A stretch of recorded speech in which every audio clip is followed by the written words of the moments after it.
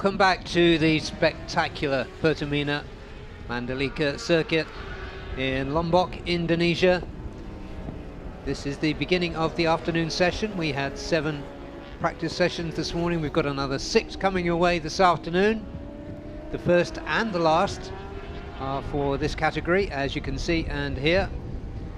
We've got the ASP 1000, the superbike class, on track right now, as we watch Andy Farid Izdihar returning from injury on an outlap. There's plenty going on this morning in the first practice session. It was topped convincingly by Hafiz Shirin for JDT Racing Team, but contained other notable performances from Aslan Shah for A1 Energy BMW. Solid session for Nakarina Tirapuvapat, and also championship leader Kito Abe. So once again we have a 40-minute session for the superbikes, and in championship terms this is really nicely poised at this halfway point in the season.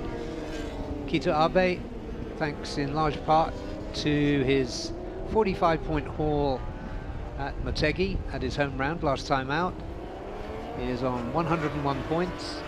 That's just 9 ahead of Hafiz Shirin, with 150 points remaining between now and the end of the season, so everything to play for. And just 1 point behind Hafiz is Azroy, and 3 points behind him is Nakarin, and 3 points behind Nakarin is Zakwan Zaidi. So in other words, there is 16 points separating the top 5 in the championship. So we're looking forward to see what will emerge from this weekend here at this gorgeous spot, this gorgeous location in Indonesia. Lombok Island, in case you don't know it, is just off the coast of Java, next neighbouring the very famous tourist destination Bali. But there is the rider that topped pretty much the whole of this morning's session, Hafiz Shirin Abdullah for JDT Racing Team. Once again getting his head down. We saw him run a variety of tyre options, including hard, medium and medium, and it seemed that the medium front, hard rear combination was what worked the best. Now he's running a hard front, medium rear, so a little bit of experimentation going on, which at least in part is the name of the game for Free Practice Friday. In this, the 4th round of the Idemitsu FIM Asia Road Racing Championship.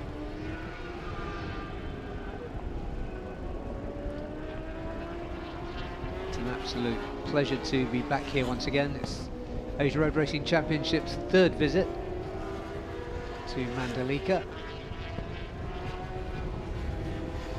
and the 2nd time for Hafiz Shirin.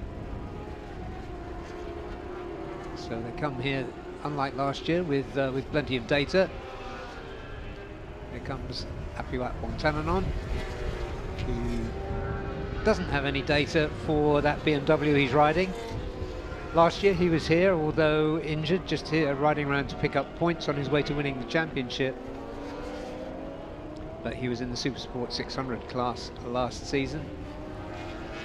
And fair to say, taking a little while to get used to this BMW. He started very fast, perhaps a little bit too fast, and then had some crashes, but he's on really good form in his domestic championship back in Thailand, where he's on a Honda. Yeah, I saw that. It's interesting, and with a team that's actually very well established, the East NJT. Yeah, with East NJT. We do miss them here. Yeah. So if you're listening, guys, please come back. We do love you. Yeah, we miss those the fuchsia colors, was it? Yeah. Yeah. Yeah, they brought a lot in the 2 or 3 seasons they were in this championship. They brought a lot, and we hope that they will return at some point. And there you've got 21, followed by 24. That's Zakwan, followed by Apiwat.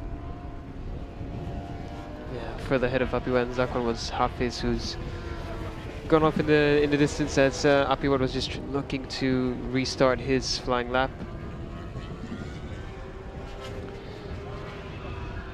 Yeah, 136.5. Hafiz's best time this morning was 135.9. So getting down to business nice and early. It was quite a lot cooler this morning. When we got here this morning, the air temperature was in the mid-20s. There was quite a breeze, and it felt, you know, by local standards, it felt quite cool this morning. Now, when we went out earlier during the lunch break, it really does feel hot as it normally does at Mandalika. That was familiar Mandalika feeling I got when we escaped from the air-conditioned commentary box. Yeah, temperatures in this period, surprisingly, it's 2 degrees Celsius lower than average, which is why in the mornings we feel it nice and cool, and even in the heat, it's not that bad. Yeah, that's right. The clouds have cleared away since then as well. Yeah. Whoa. So yeah, it really is lovely here. These guys are getting hot under the collar, inevitably. There's Aslan Shah, who had a really good session this morning. That was great to see. Yet to be on the podium this year, Aslan Shah. Yeah, you'd have to fancy a podium for him this weekend, because look at the pace he's setting. Fastest sector 1.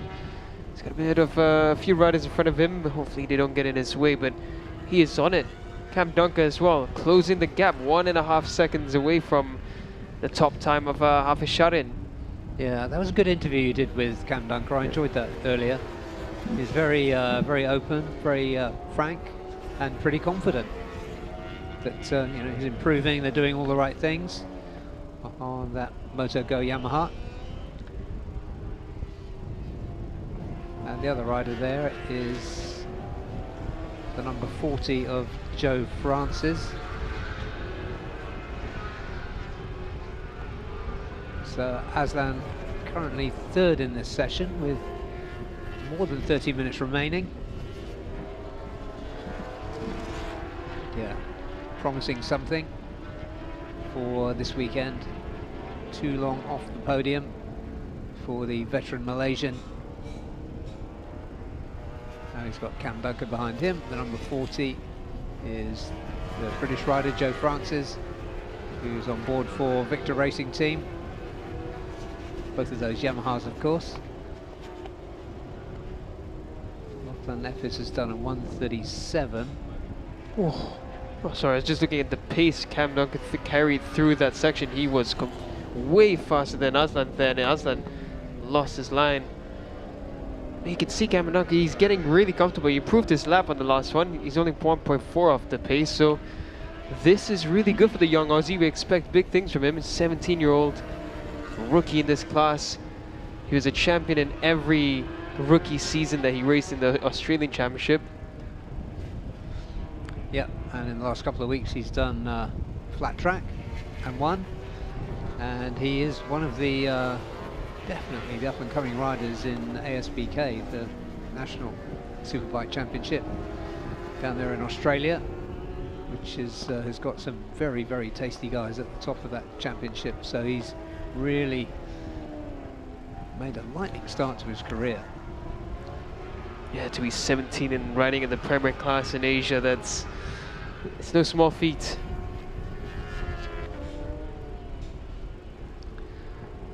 Number 20 there is Azroy Hakim Anwar.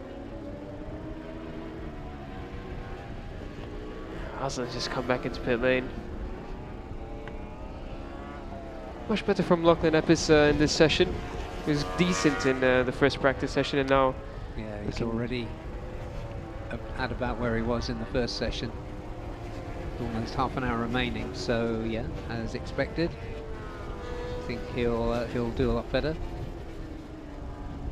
Qualifying time for Lachlan last year was 136.4.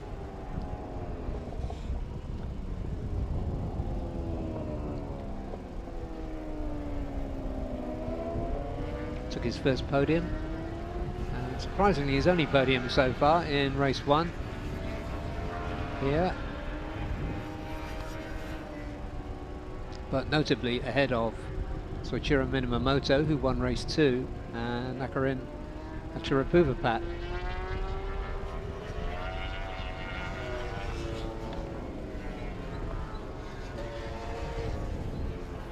So Hafiz sits on top by a margin of 0.2 ahead of Nakarin, 0.5 ahead of Aslan, and 0.8 ahead of Lachlan, and a second ahead of Zakwan Zaidi. Those are your first 5. Then it's the returning from injury, Andy Farid, then it's Azroy, then it's Cam Dunker, then Apiwat, Joe Francis, Choyu Joe, who didn't get out this morning, and Kito Abe. Yeah, Choyu Joe came out 3 times and just kept on going back to pit lane. It just seems like the bike having issues again. We saw that in Sepang, I believe it was, or was it Motegi, where same issue for him on the BMW. Kito Abe is the big question mark right now, however. Yeah, he's just left the pits. Yeah, they don't usually wait this long to get the bike out and rolling. No, not SDG. Yeah. We're so used to seeing them heading out straight away, put in 8 to 10 laps, come back in, take a break, make some adjustments, and put in a good lap time. Yeah, Kito was just 0.4 off the best time set by Hafiz this morning. Championship leader Abe.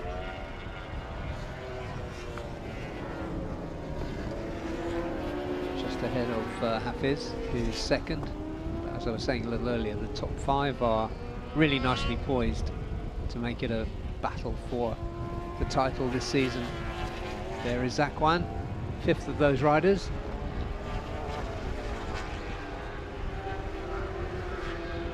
Having a much better season after an indifferent, by his standards, 2024, but he certainly seems to have found something as the project that we knew as Honda Asia Dream Racing split into its national component parts with Malaysia, Indonesia and Thailand. He's found his mojo once again, and that's really, really good to see. Finished every race in a good position and is therefore in the hunt for the championship. Capnaka just set his personal best again, 37.6. He just keeps improving. He likened this track to Phillip Island. I think just in regards to the wind, perhaps, because Phillip Island has really aggressive elevations. Yeah, yeah, I had a huh when he said that as well, as I was listening, and I thought, okay, well it flows, and as you said, it's windy here as well. Yeah, to be fair, I mean he's ridden there and I haven't, so I wouldn't be able to draw the line between them. But yeah, it's interesting. I mean, he's taken his experience already from the ASBK Championship and applied it here now, and it's working. It's really interesting, isn't it, that he's doing that. He's obviously a very analytical rider. Yes. Yeah, for such a young age, he has a mature approach, which is not common for someone who's a teenager in the sport. Yeah, absolutely. Zakwan did look like he was on a hot lap that time, but there's an error there. I think it was an error anyway at turn 16, the penultimate turn. And he's making a pit stop.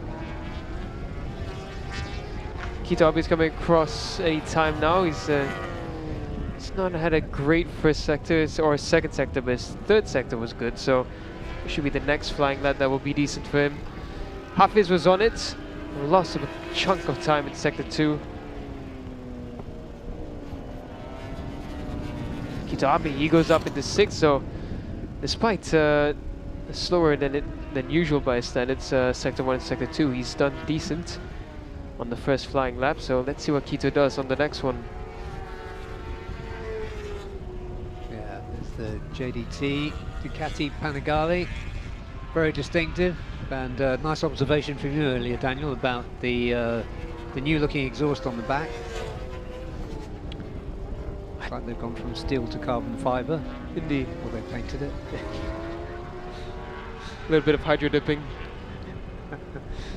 But you have to wonder, Hafiz is one of the few riders still running that medium. It seems it's clear that Hafiz prefers the medium rear.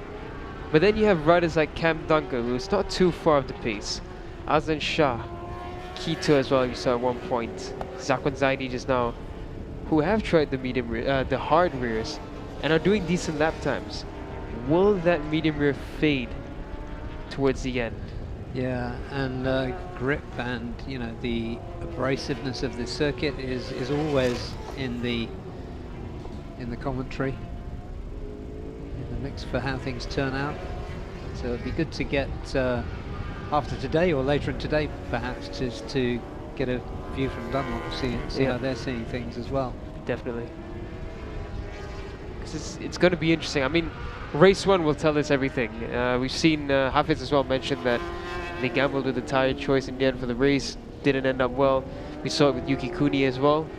So, what if the medium is the gamble? And then you have to bring in the what ifs. What if it was the better choice? What if it wasn't? Yeah, exactly. It's been that was a decent first stint from Hafiz as he comes in. It's left him at the top of the timing screens with a 3/10 margin over Nakarin. Yeah, he's doing longer stints than before, which is what he mentioned that's been helping him, just getting more mileage on the bike. Oh, and as we were looking at Hafiz, Quito goes fourth, well, was fourth, fifth. Lachlan has just gone second, 0.2 of Hafiz Sharin's time. Lachlan Epis. Yeah, he looked like he had a few cobwebs this morning, but they've gone. That's excellent, excellent work by the Australian. This is really good to see. Looks like everyone into the second half is starting to improve, and this is more like it. Yeah, this rider's got some work to do. Happy what Wangtananon, the very talented, very quick, highly competitive Thai rider. As I said earlier, he started really quickly on this BMW, but perhaps got too much confidence too soon and has had to take one or two steps back and regroup. I still remember that first run. I really thought, oh my, Apiwa might actually be a championship contender straight away, but it's just not happened for him. I think maybe everyone else as well just finds a little bit more, and he might just be a bit stuck, which is normal because it's a bike he's never ridden. It's a team he's never worked with, so you have a lot to go through before you actually get it right. And the other issue is, of course, the team being based in Malaysia, him in Thailand, so it gets a bit trickier. Yeah, he did tell me before the Japanese round that he hasn't had any in-between time on the bike. It's only been for the Asia Road Racing Championship. Yeah, and he's juggling between two different bikes as well in the two championships that he's racing, so it's... Yeah, I mean, he jumped off a long career on Yamahas, and now he's on a BMW and a Honda in the local championship. So two completely different characteristics. It's not easy, and I mean, to his credit, he's done well to be able to get these results while riding two different types of bikes. Yeah, it's a better first sector, but it's still nowhere near the pace of the top riders. Azlan Shah has improved. He's gone 0.085 behind Hafiz Sharin. This is the best we've seen of Azlan this season. This is more like it. He's been doing a lot of fitness. Yeah, that could give a boost to his teammate, who we've got on screen at the moment. Yeah, and I think that's what Apiwat needs as well. He needs Azlan at his best, so that he can somewhat help Apiwat to understand the bike better. Yeah, just G him up, because he's so ferociously competitive, Apiwat. He will not want to be number 2 in the garage, that's absolutely for sure. Even if the other guy is Azlan Shah. Yeah. Oh, Aslan's going faster. Aslan has gone faster in Sector 2. Aslan Shah might look at taking number 1 away. And he's doing longer stints than we've seen him in the past. So this is showing that whatever he's done with his fitness, it's working. It's working really well for him. I must remind everyone, he is 40 or 41 this year. I think he's 40, but yeah, who knows. But I can tell you, 40, Daniel, yeah. after a while it doesn't matter. 41, yeah. Yeah, 41 years in October he turns, so... Right. So that'll be amazing around about job. the time of round 5 then. Yeah. So huge credit to Aslan Shah for working this hard still and still fighting at the top. Yeah, absolutely. Still having the edge and the fire to want to keep going, and he really does want it. Yeah. So here comes Andy Farid for a kind of a mid-session stop. 17 minutes remaining out of 40.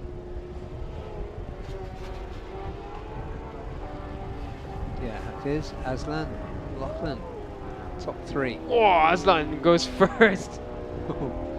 Yeah, I was wondering because he came across, but the lap time didn't change. But yeah, now they finally have Aslan a 36.041. There you have it. Aslan Shah back on first. There we go. And it's relatively unusual for him to show very strongly at this early stage in the weekend. I mean, kind of, you know, like a great professional boxer, he kind of saves it and puts in his effort where he needs it. But perhaps that's a function of his improved fitness. Yeah, definitely. I really think that's what it is, because yeah, maybe that was the limiting factor for him. He needed to conserve energy. Now he has better stamina. He has better strength. This is really good to see. Yeah. And this could shake things up championship-wise. I mean, he's not close enough to be in the fight for it, but for Hafiz, Nakarin, Kito, Azroy, But he can have an impact on the championship if he starts getting on those podium positions. He could disturb the way either one of them flow through. And as of right now, Azroy is struggling in Mandalika. This is the first time we've seen Azroy really having a tough time out, so this is interesting now. And just for the sake of it, let's throw in Lachlan Epps as well. He's only 0.4 of the pace. Cameron Dunku is starting to come together as well in this class. Yeah, 2 exciting young Aussies. It'd be fantastic to see. Good to see Joey coming out as well on number 16. Savitar BMW. There he goes. Keeps himself really busy. Racing last weekend in Thailand.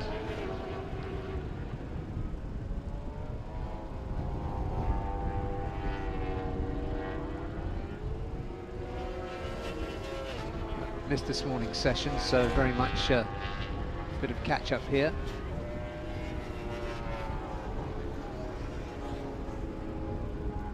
Azroy on a 1:37.821, so nowhere close to what he's capable of, that's for sure. We've got less than half a second covering the top 4, and then it's Kito Abe on a 1:36.83. Nobody quite yet into the 1:35s. Not in this session anyway. Hafiz managed it in the first.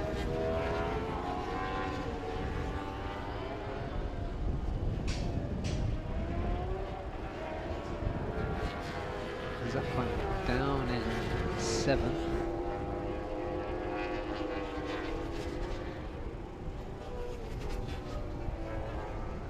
Joe Francis is on a decent lap actually. Sector 1 not too far off the pace.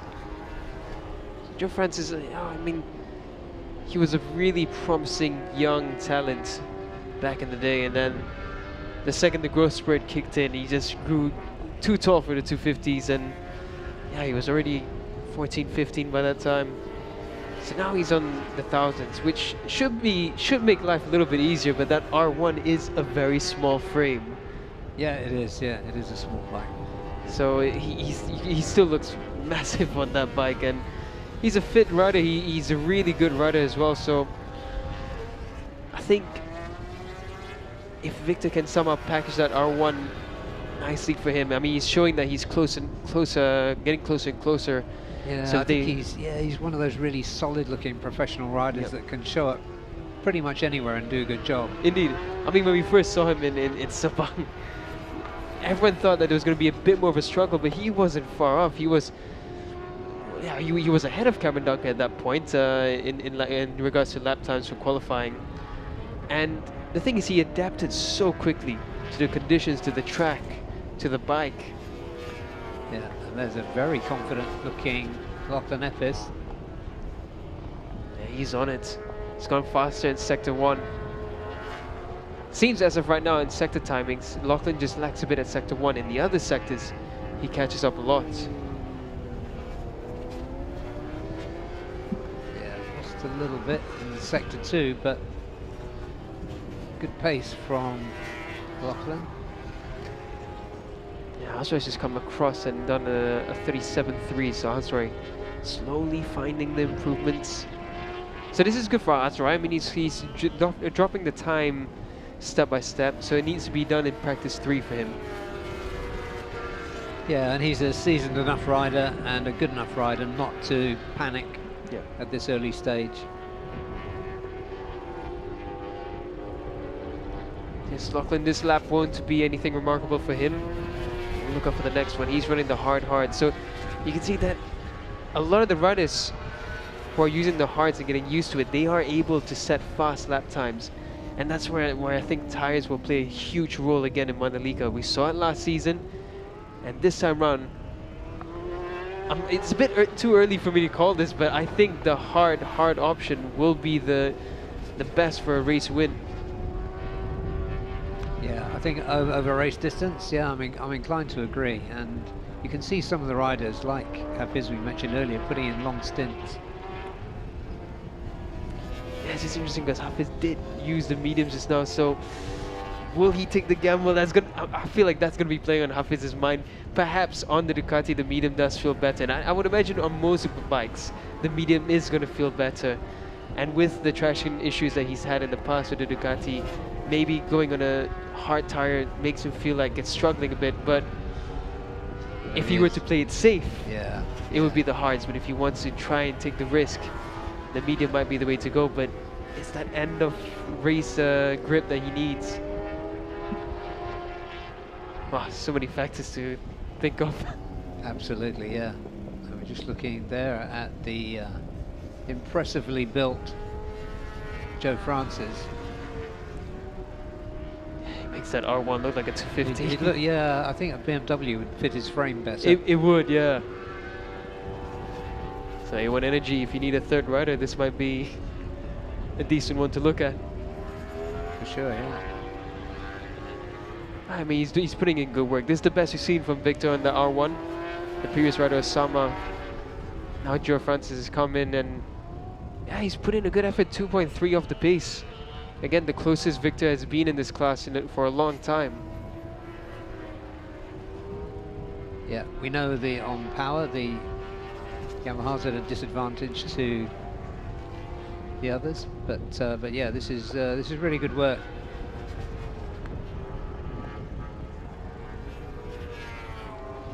Andy Fardy's just come up for another lap as we watch Joe Francis go into turn 1. See, there's really not much room to move around that R1. He rides it really well. Yeah, he's moving very little on the seat. Yeah. See? It's just like half a cheek from one side to the other.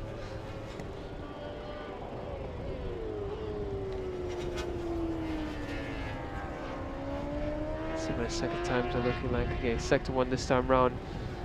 Not too impressive for Joe. It actually reminds me a bit of a road racer.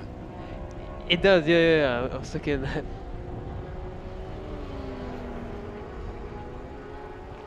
Yeah, Hassan's just come out as well for another stint. Ooh, Joe's combination is interesting here. Medium front and the hard rear. That's a combination we haven't seen it this weekend so far. I don't think anyone has tried that. No, we saw a hard front medium from Hafiz. Yep. And one other rider.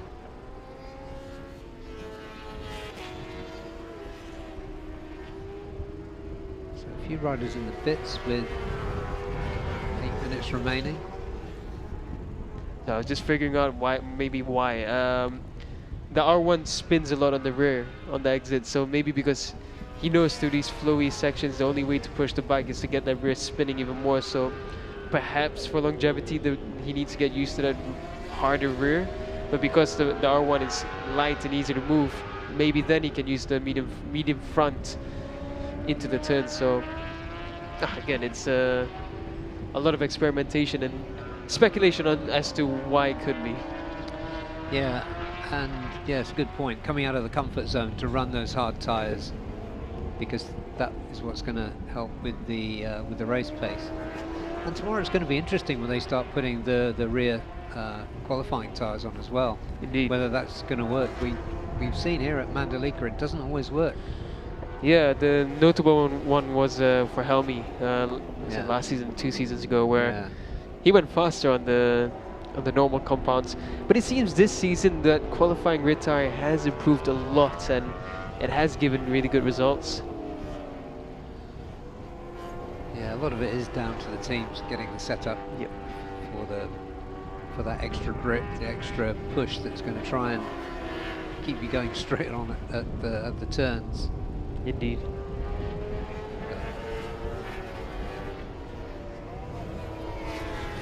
Nice exposure here on screen for Joe Francis and Victor Racing. Andy Frid back out. Medium front, hard rear.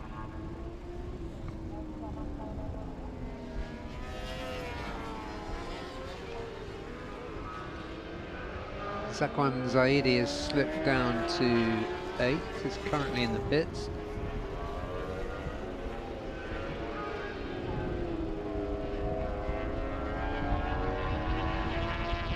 Front, is that medium front for sure? Is that a hard rear? It is a hard rear. Medium front, hard rear. So interesting again, because I remember last season the riders that went with the softer front option, I can't remember if it was soft front or medium front, but those riders did struggle as well towards the end. So again, a bit more experimentation, a bit of a gamble perhaps, especially on the CBR, which puts a lot of weight on that front thanks to its aerodynamics. Actually, I have the numbers, the exact numbers of how much it puts on. If I remember correctly, it was about 30% more force on the front.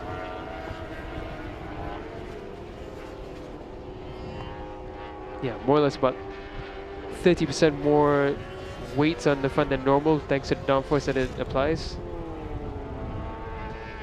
Okay, and at what point in the corner, because aerodynamics on two-wheeled machines is really complicated, isn't it? As it was interesting. I mean, again, this is stuff I've read off the spec sheets, so it's not directly from a mechanic, but the development of the wings on the Honda and the BMWs, they were designed in a way that it would give that added weight mid-corner. So essentially same lean angle, but with a higher speed because you have more force planted down on the front. So it's interesting to see how that affects. And Hafiz now with the hard combination. Yeah, that's the second time we've seen him there. Yeah. Currently second quickest. So the question is he just trying it out, or is he, with 4 minutes remaining, going to try and put in a fast lap?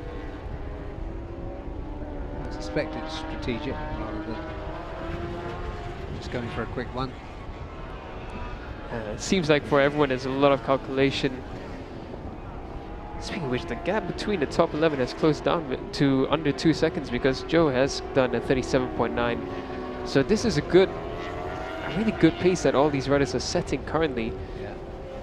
now we have everyone coming up for a final stint. Aslan has set his best Sector 1. So look out for Aslan. Aslan might dip into the 35s. Hafiz now, he's on another hot lap. Sector 1, not too impressive, but not too far. Kito Abe improved as well, 36.3.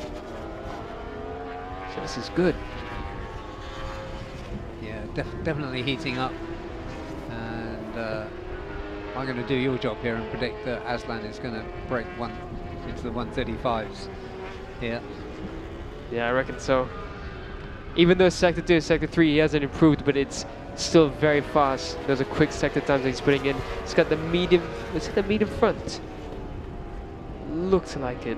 Apiwat not too far behind him, so a bit of teamwork perhaps from the two of them, but Apiwat still...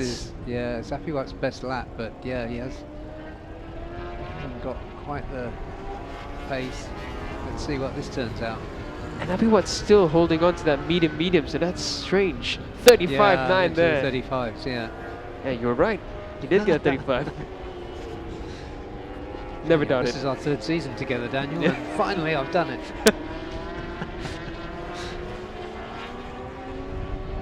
Oh, what a show from Aslan in this session. This is much more like it from the legendary man himself. And poor old Apiwat thought Aslan was going to go for another one. And now he has to restart his push. Right, there's Kito Abe. Kito's on it as well. He's it won't be this lap, but it might be the next one. He's still lapping decent lap times. Yeah, medium hard. And Apiwat did go up into fourth on the previous lap, actually. So that's really good from Apiwat.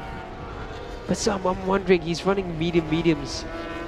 I think he feels most comfortable perhaps with that. But will that be a negative? Only tomorrow will tell.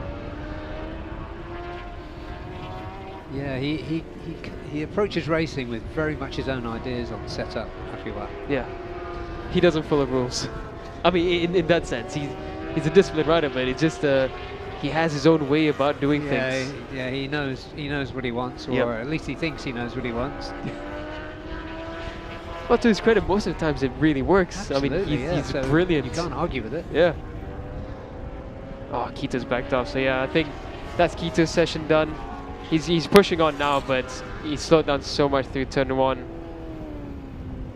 Yeah, this is on a pretty good lap. Nakarin as well. He We'll jumped. get one more in, yeah. So a lot of riders showing up at the last minute. Nakarin too. Sakwan on a decent one. Sakwan on a really good One's going to jump up. It's going to be a low 36 from Zakwan. Yeah, Kito session's done. So again, for Kito, actually, if you look at practice sessions, this is one of his best practice sessions. I mean, for both 1 and 2. One of the best he's had of any round this year. So Kito building up faster this time, and that's where Kito becomes dangerous, because in race pace, in qualifying, he is a really strong rider. Yeah. Let's keep in mind, this is the first time he's been on a superbike here at Mandalika. Oh, a lot of good sector times coming in. Apiwat set a good sector 1. Zakwan lost time in sector 4. A lot of time. 36.8 in the end. He lost at least. Just lost a bit in sector 2. So an intriguing end to this session. In comes Kito. Cam Duncan's improving. Through sector 1 goes Cam Duncan. I think he's found himself behind one of the riders in front of him, so which is what Cam said he was going to try to do sometimes, find someone else in front of him and try to gain a bit from that. So Cam Duncan might set a slightly lower 37. There is Zakwan Zaidi.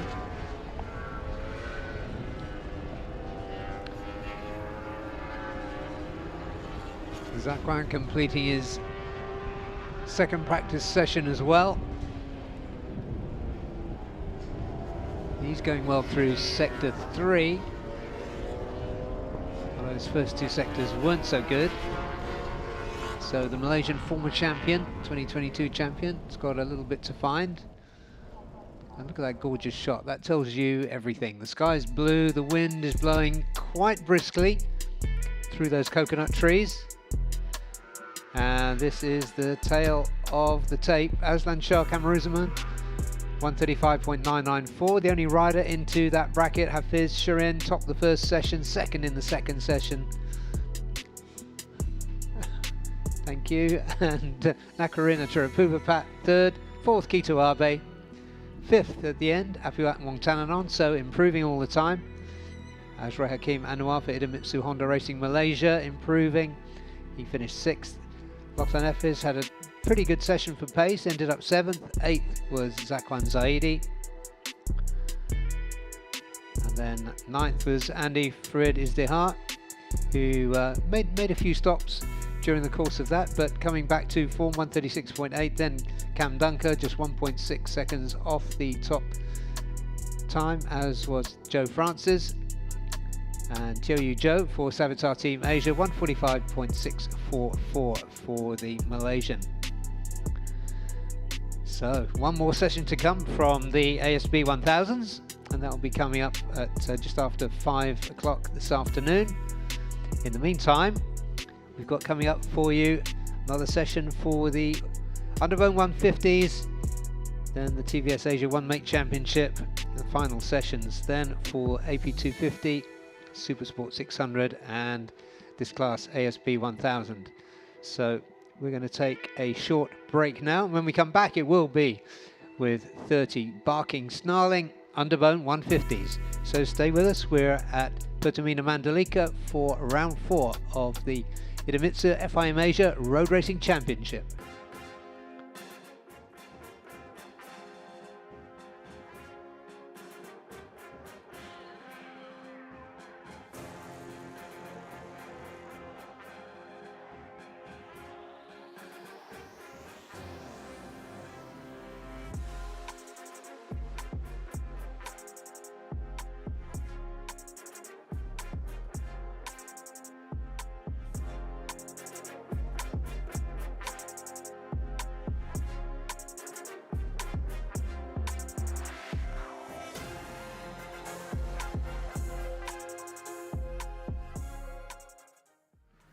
Here we are at the Elephant HP 969 garage with none other than Murubil Vitoni. Murubil, apa khabar? Alhamdulillah, baik. Right.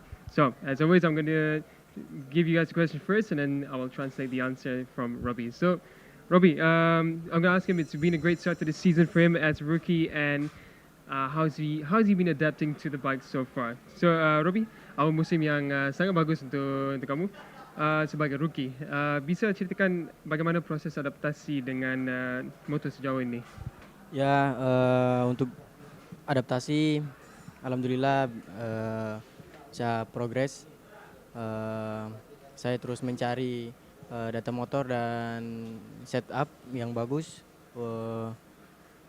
biar bisa bersama lawan-lawan saya. So he said that so far it's been good, and he's slowly finding the setup, and he's happy that he's able to be fighting at the top.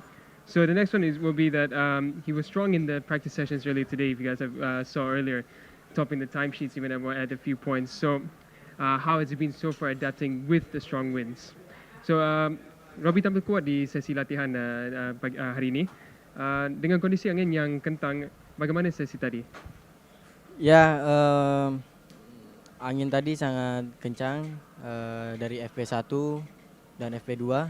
Namun saya terus mencari setup motor yang pas, yang cocok, dan alhamdulillah bisa mendapatkan setting motor.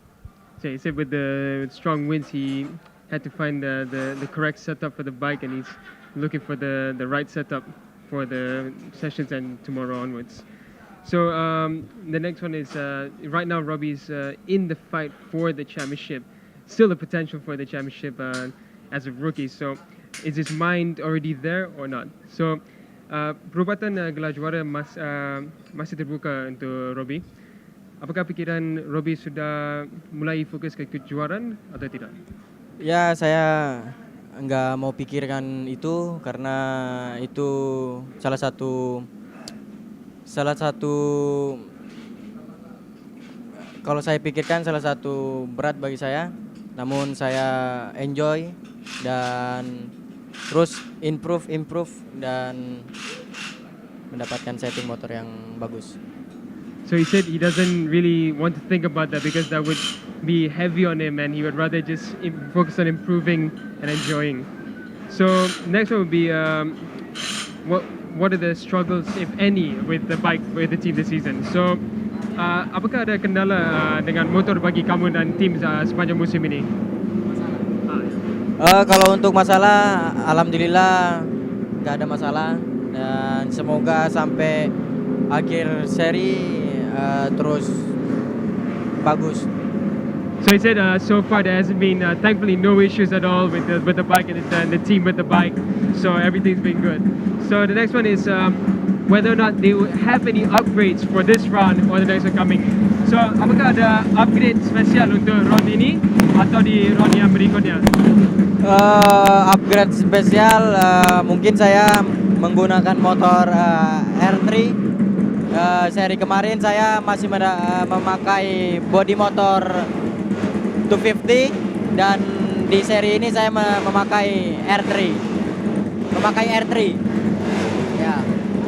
Basically, it's very hard to hear, but he was saying that he's been looking for the setup, trying to get everything for the R3 that he's riding. So, apa target Robbie untuk 3 round yang tersisa musim ini?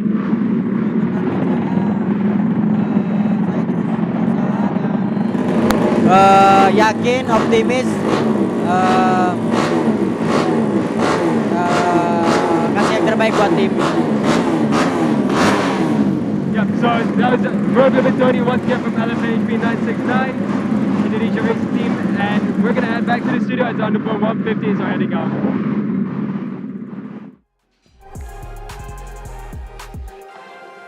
Idemitsu IRG5. Start like a rocket and ship like silk with super bike proven nano-tailored oil. Ultra protective Quintec guard technology distills the wisdom of oil experts. 5 protective benefits in harmony unleash the peak performance of your engine. Nano Silky Tech ensures extra smooth upshifting at high RPM. Rocket starts, silky shifts. Idemitsu IRG5.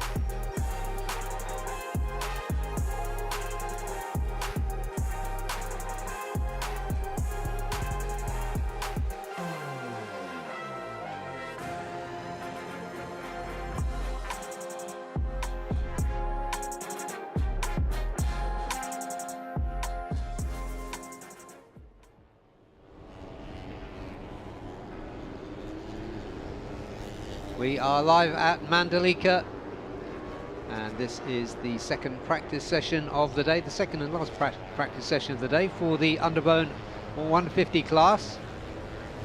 And the fastest, we've got 30 entries, so I think the fastest 12 riders will go through to qualifying 2 on combined times from this morning's session, which was pretty quick, and this one. So we're going to be keeping an eye on that, who's likely to be going through to qualifying 2 tomorrow morning. But we have, as we might expect in Indonesia, in this Underbone 150 category, we have some really quick wildcards and replacement riders coming in.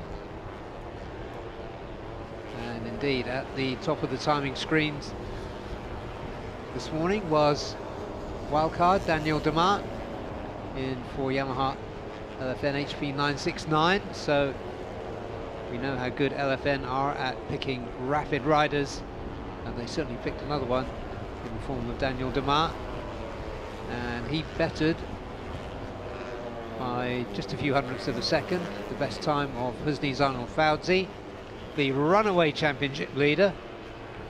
More on him a little bit later. You can see a little sandwich there with the Cardinals machine. Not a sandwich anymore, but the 2 Cardinals bikes there, running with one of the other riders. Let's just see how this shakes out as they're trying to cooperate a little bit with each other. But Shamil Amshar, early problems there for TVS Asia for Extremo Yuzi team. So that's not good news for him. Hopefully that is fixable, because he was not in the hunt by any stretch of the imagination this morning for qualifying 2. There goes Shamil, just ahead of him. The number 22 machine of NJ Sobretodo. That's the Philippine side of the Uma Racing Garage. It is at the front of that group. That's Shamil Amshar on the number 31 Cardinals machine.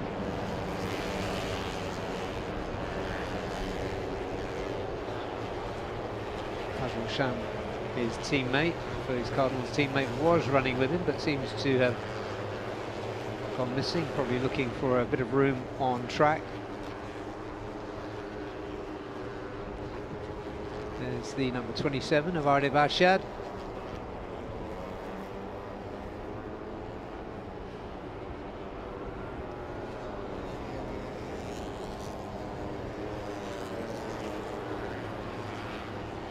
Ardeb currently second quickest. One good thing that we've seen this afternoon has been the Underbones not hanging around as they sometimes do, so good, safe racing, getting down to business. There is Fazrul Sham just behind his teammate there, and indeed attempting a double overtake, although there's no intent with any of these 3 riders at the moment.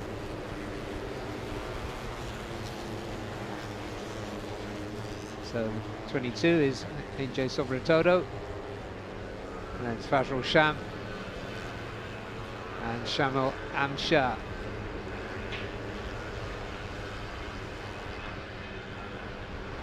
And as Daniel's just rejoined me, looking out of the window here, the sky was perfectly blue. Now there's a few puffy little clouds there, so it looks absolutely gorgeous from the commentary box, but there is quite a lot of wind out on track, and that's going to affect these Underbones to quite to some extent, as we were hearing earlier from, was that Aditya Fauzi was talking about that. Aditya and Nazrul both mentioned the same thing, which is the wind is really affecting them. I mean, I felt light wind on 250s before, and that already affected a lot. This is proper wind, and you can only imagine on these underbones, they weigh close to nothing. It's really going to affect the way they ride. Tiring as well, because you're fighting against the wind. Yeah, absolutely, yeah. And we are just literally on the shores of the Indian Ocean here, so lots of weather blowing in. Absolutely beautiful location, but the wind causing a few issues there. And anybody who's ridden a bike in high winds will understand the feeling. Yeah, the wind is hitting at about 23 kilometers per hour with gusts of up to 35 kilometers per hour, and that's pretty strong. Well, you're going to feel that on the superbike. Yeah, indeed. But the good news is the earlier forecast said potential for rain is completely gone this weekend, which is really good to see, because dry weather in Mandalika gives properly good racing. Yeah, that's very good news. Assuming there are no surprises lurking out there in the ocean. Yeah, I might have just jinxed myself. The humidity as well is not too bad this weekend in Mandalika. About 60–65% humidity. Good bit of Krishna in the mix there. Hasn't featured too much, but he's currently running third, 154.4. Qualifying times last year were in the 153s. So qualifying with these bikes is done with the aid of slipstream, and then they go to Super Bowl where they obviously riding alone. So 153s would be the times to look out for here.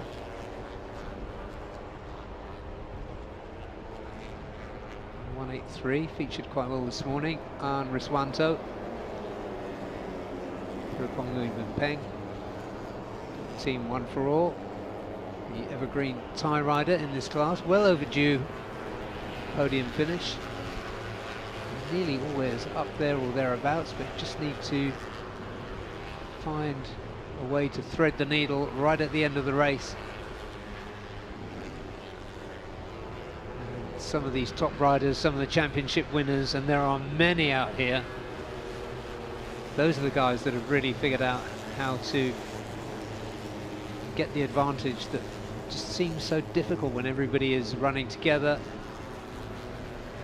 The vision that they have, the racecraft that helps to get them through. Which, Daniel, brings us to our runaway championship leader. Whoops. Husni Zainal Fauzi, who's won 5 races from 6 starts, but he's won them all by narrow margins. So he's done it by timing his late runs perfectly and getting to the checkered flag first. Yeah, it's all that race planning and strategy. And the thing is, what I love about Husni, he never really says that it's about his own outright speed. He always keeps on saying it's strategy, how he plans the last lap. And you can see that. Yeah, and he was talking about the flow in Motegi, wasn't he? Yep, indeed. And that kind of made sense to me, because I think there is a rhythm and something that you can't quite define going on in these in an underbone race where you're up against, you know, up to another 15 or so bikes. You can't overthink those situations. It's got to be somewhere there in the flow, in the rhythm, in your instinct.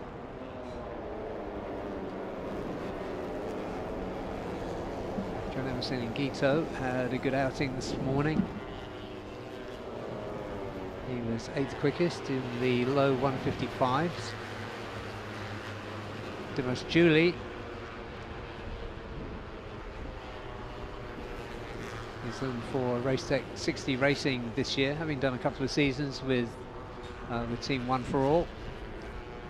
But for Team One for All, he was quickest in qualifying last year.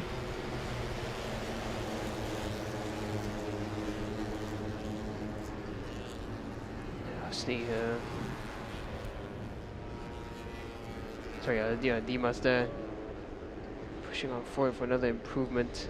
Fazrul again, strong, and Akid finally showing up.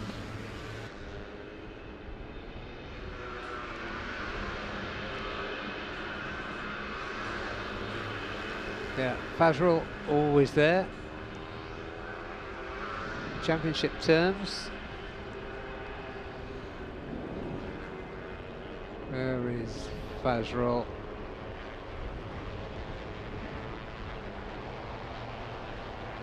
Down in 20th with 4 DNFs. And I think most of those are last corner DNFs. Indeed, yeah. Which is a polite way of describing them. So he needs a change of luck. There he is, just about to come into your picture. There he, hand up. So he's on his way in. And the number 70, let's pick him out. There he is.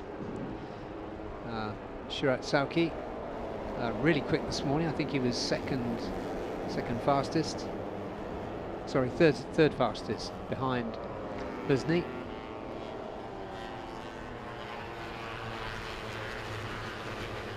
So top of the timing screens at the moment on a 153.4 is Dimas Juliet Moko. Then Akid Aziz, who I didn't even spot in free practice 1 this morning. Oh, that is a my massive goodness. crash. Is that Rosato Fernando? Just That is a massive one. getting himself out of the way. Oh, that's a bad one. Both riders hobbling a bit. Yeah, I think that's Rosato Shazraz. got himself out of the way, but he's taking a breather. Let's see what happened in this crash, in this incident. So they just both went wide. Masato went wide. I think that's Shazraz that's become a victim of that. Oh, his bike completely flying through the air.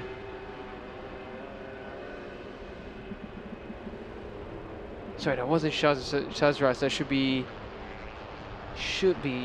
Ahmad Darwisi, who's just come out. He's just come across sector 3 there.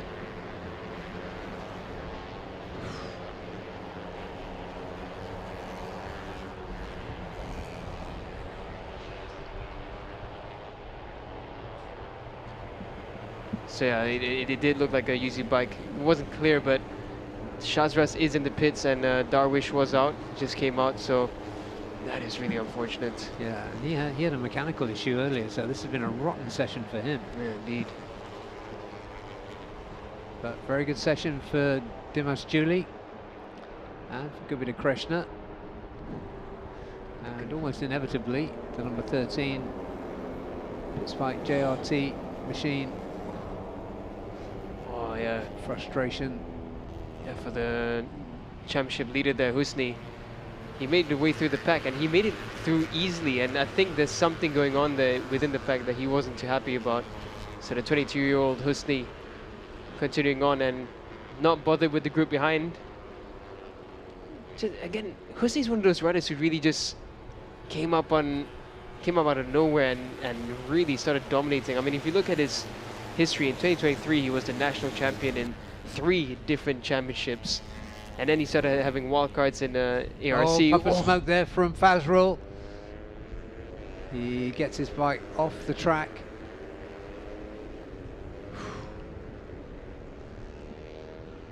Lots of drama there with that earlier crash a few minutes ago. And now what looks like a broken engine for Fazrul, keeping the marshals very busy. Yeah. This is what happened with Husni. This is why he was really ticked off. So you can see there, he tried to get that line and then people were just much slower than him. And he was just really livid about that. To be fair, I don't think the other riders were riding intentionally slow. I think Husni was just so much faster with the slip he got. Yeah, I think you're right. He's just getting himself out of harm's way. The number 143 and getting on his way. But he's not as close to the top as he normally is. He's currently down in 13th. So in the danger zone, so far as qualifying 2 is concerned, except for the fact that his best time this morning of 154.4. Yeah, it should take him through, but it's not a walk in the park.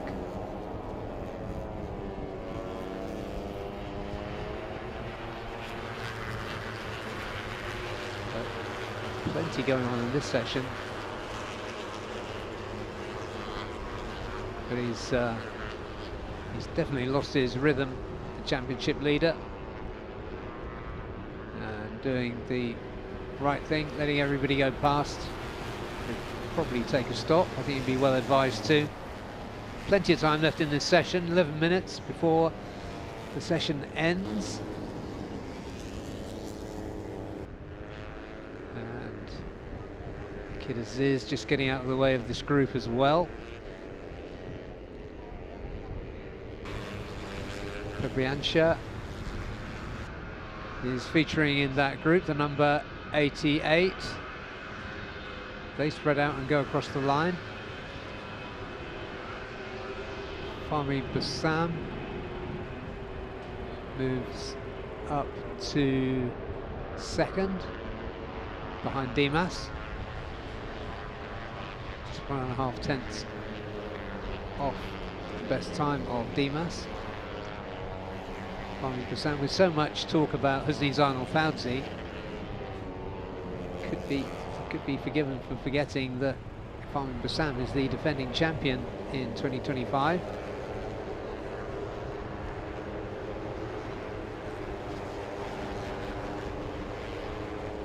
Is on one of those 2 LFN machines. Let's just pick him out. There he is. 222.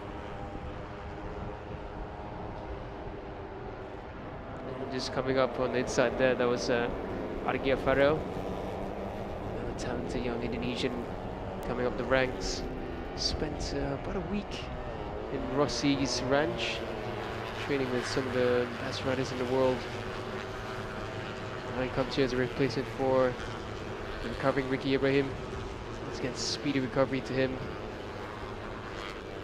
Yeah, very much so. Ricky Ibrahim, really top quality rider. So best wishes for a fast recovery to Ricky.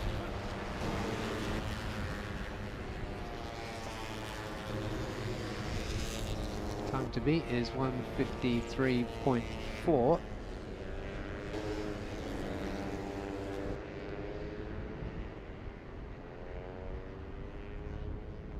Which is pretty much on top qualifying pace based on last year.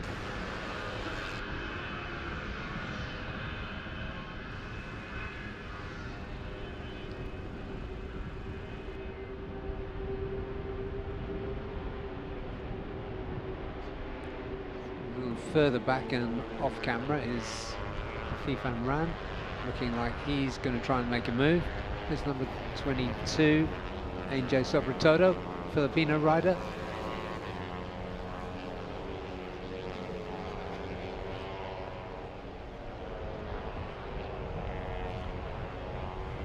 The 29 of Badli Ayatollah Masarong, who's in for Maestro NWNSCK, so they're expanding their roster from 2 to 3 riders. He joins Gubita, and of course Husni. 177 in the middle there is Aditya Fawzi. Let's do a manufacturer check here. Yamaha's go all the way down to Aditya, who is currently 13th quickest. Beg pardon. Just one toe is 6th quickest. So he's doing some good work. 154 for Riswanto.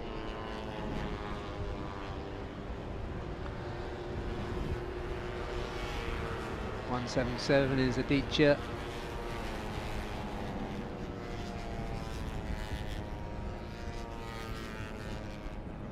Number 22 is AJ Sobretodo. It's one of the LFN bikes coming into the pits. Daniel Demar, who topped the first session this morning, currently down in 15th.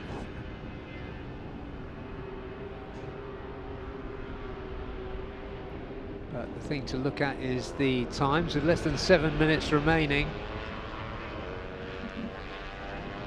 The 12th quickest time this morning was 1:55.8, so I think this session is quicker. Yeah, this session is a quicker one. So you can pretty much look at the times being recorded in this second practice session for the Underbones and predict who will be in the top group tomorrow, qualifying 2. It's considered personally because in practice 1 he was second fastest, but in this one he is quite far down in 16th. This championship contender, the nearest one, Fahmi Bassam, is in second, and it's been pretty consistent across both. Mostly just struggling to find a clean line through. There's Daniel Demar, number 145.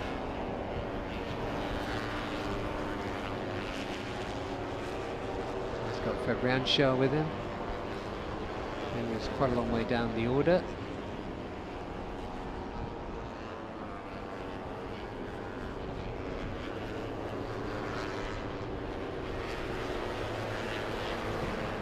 So at the top, it's Dimas, Fahmi, Kupica, Kiraziz,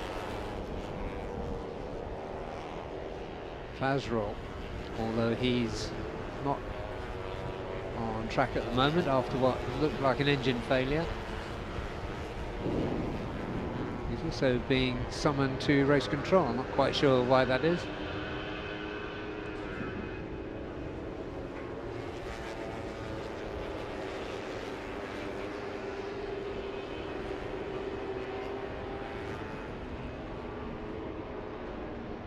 Okay, so 29 is Badli Ayatollah.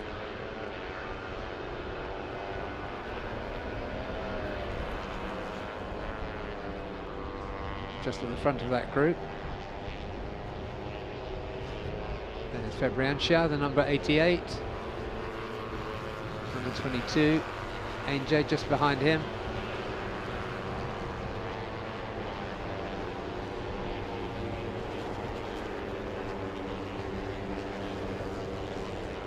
Looking at possible improving riders, not too much to talk about. For Al Rashidan, quite possibly. He could move up from 17th. But at the moment, the cut-off time is with Argia Farrell. He's on a 1:54.773. So almost 2 seconds quicker than the rider on your screen there. Sorry, 1 second rider than the rider currently on your screen, Fabrian Shah.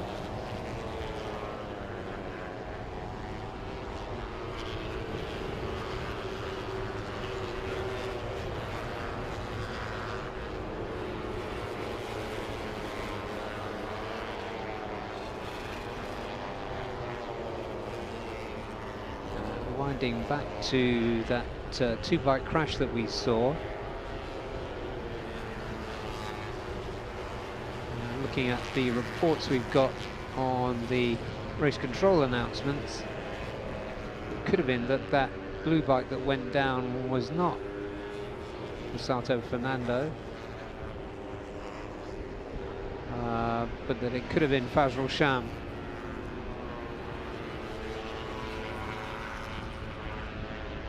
Anyway, that was a horrible looking crash. Glad both riders were up, but they did look at the very least winded.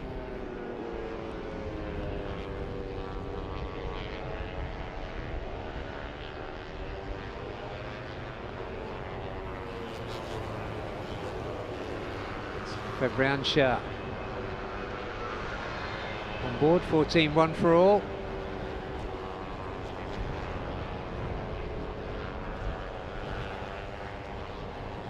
Rider in 12th, and therefore with the pass through to qualifying 2 tomorrow is Agea Farrell, 1:54.773. Got just 2 minutes remaining now the end of this session. And at the top, Dimas Juliet Moko for Racetech 60. Then defending champion Fahmi Bassam, then it's Gupita. And looking down the order, one rider that looks like he's going to have to do qualifying 1, because I don't think he's out on track, is Husni Zaidul Fauzi, the runaway championship leader. There is Charles Shazras on the Extremo UZ Honda. Another superb rider, a long way down the order with a 158. Currently 30th in this 32 bike field. But we know he's capable of great things. Always brings excitement to a race when he's on form.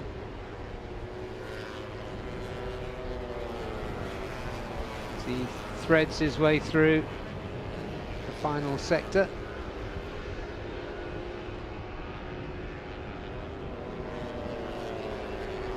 It's that long, long loop.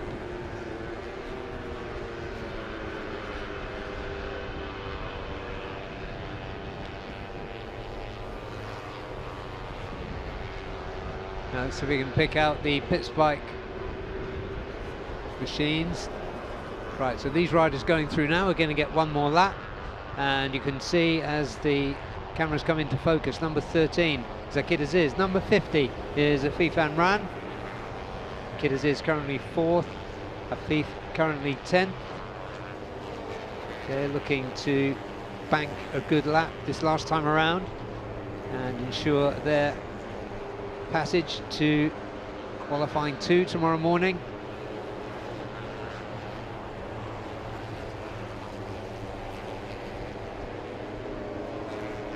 No change further down. Husni is on a move, currently 16th, put in a very fast sector 1. And surprise, surprise, a very fast sector 2 as well. So it could be that Husni is going to come through and get himself into the top 12 and therefore through to qualifying 2 tomorrow morning.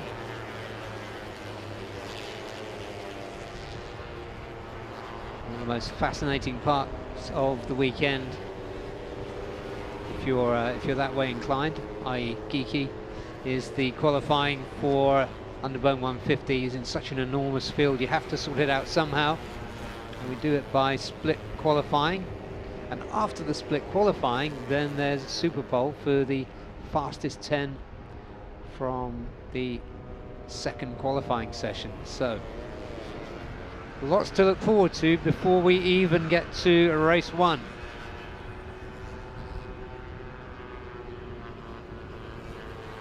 And Husni Zainal Fauzi at last knockings has lifted himself up into P3.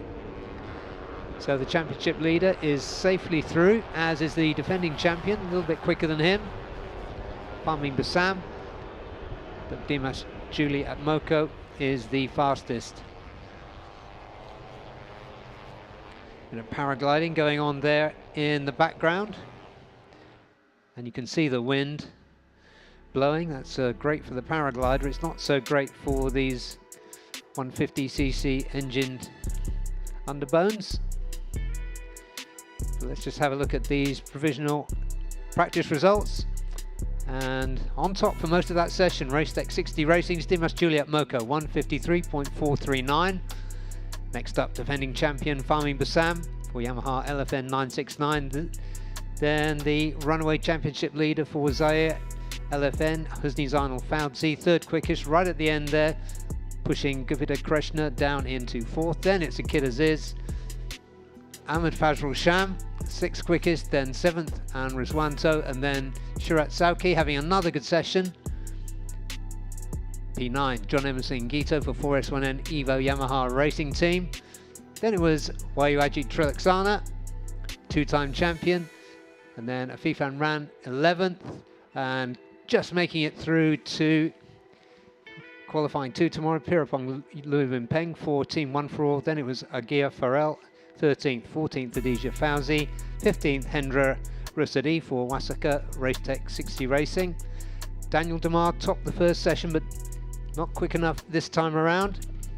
He's 16th, 17th Hafiz Faril Rashidan, then it's Jordan Badaru, 19th April King Moscato for Uma Racing Philippines, Nazrul Izzat Bahudin for Uma Racing Malaysia, 20th, 21st Masato Fernando. Then it was Febriancia for Team 1 for All, 22nd, and we're by no means done yet. It was Shamil Amshar Effendi for Cardinals Factory Racing, 23rd, 24th Kiki Sudaman Manarung, 25th AJ Sobratodo, 26th Badly Ayatollah Masarong for Maestro NWNSCK, Shawa Shazras Shawa Yuzi for Extremo Yuzi Asia Team, and then it was Ardib Arshad for Uma Racing, and then 29th Wawan Wello on a Honda this time. And then it was the two Vogue machines of Afizi Subat and Tengu Amarul Hafirudin. And there was no time recorded for Dawizi Ahmad Sahir after that early breakdown.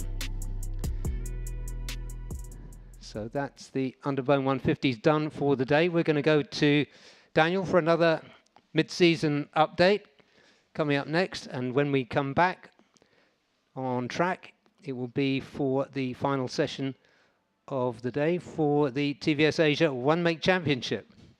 So stay with us. We are live at Pertamina Mandalika for round 4 of the Idemitsu FIM Asia Road Racing Championship.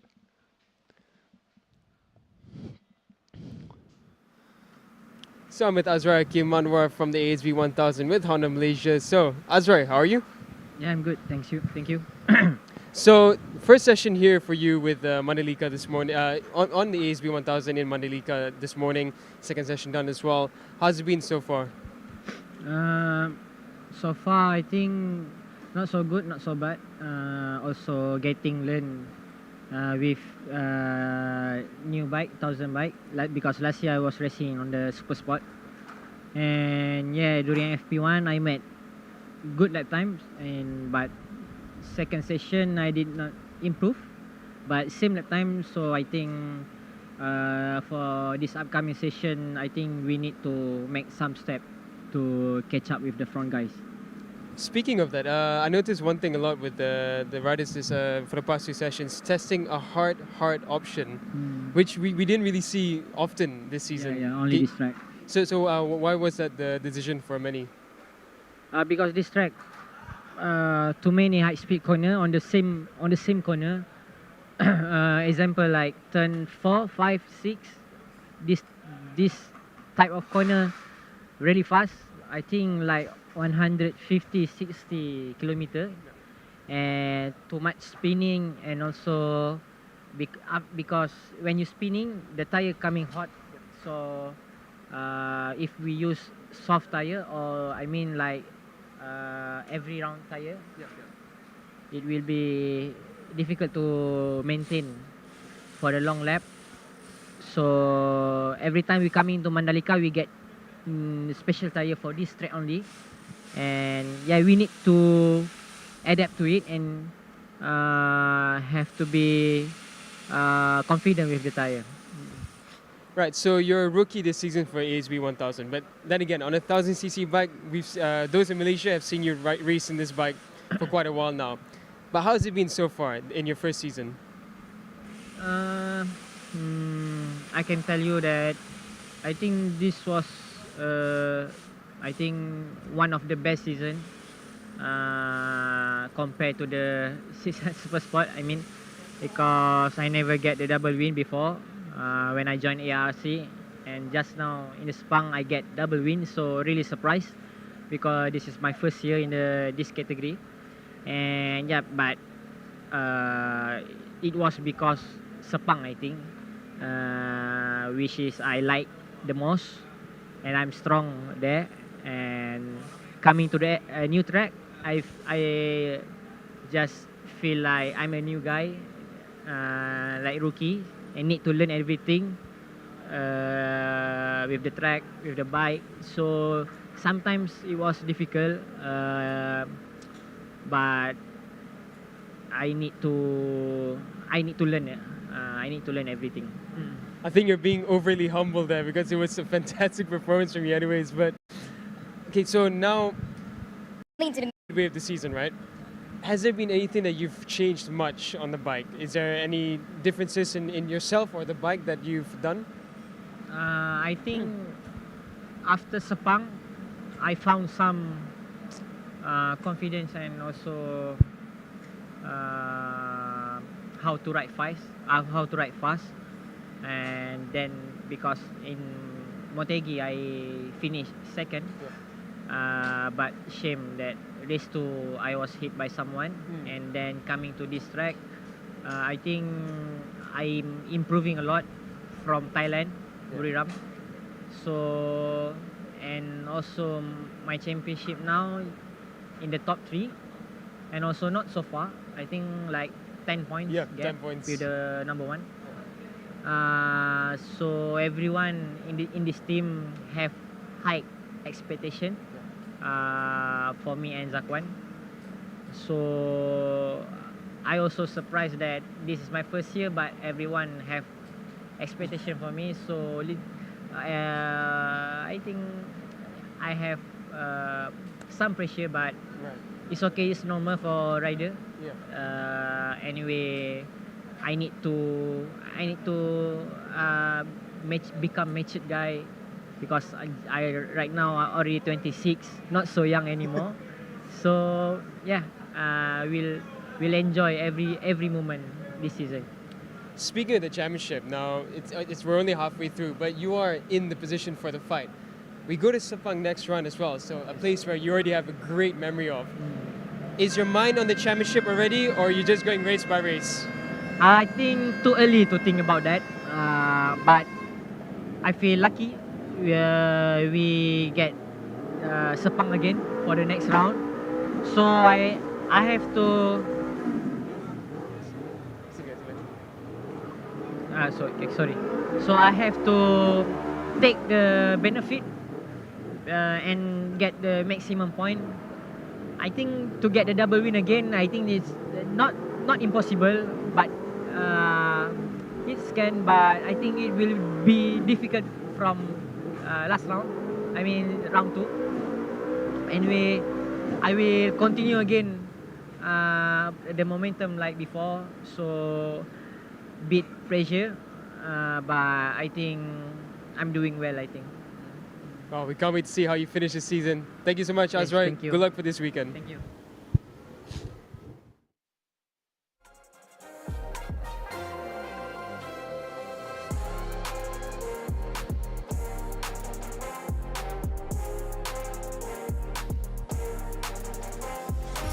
Idemitsu IRG7. Race-bred nano-tailored oil for enhanced acceleration and horsepower. Even in harsh conditions, the 7 protective benefits of septic guard technology keep your engine performing at its peak. Even a split-second advantage can change everything. Born to win. Idemitsu IRG7.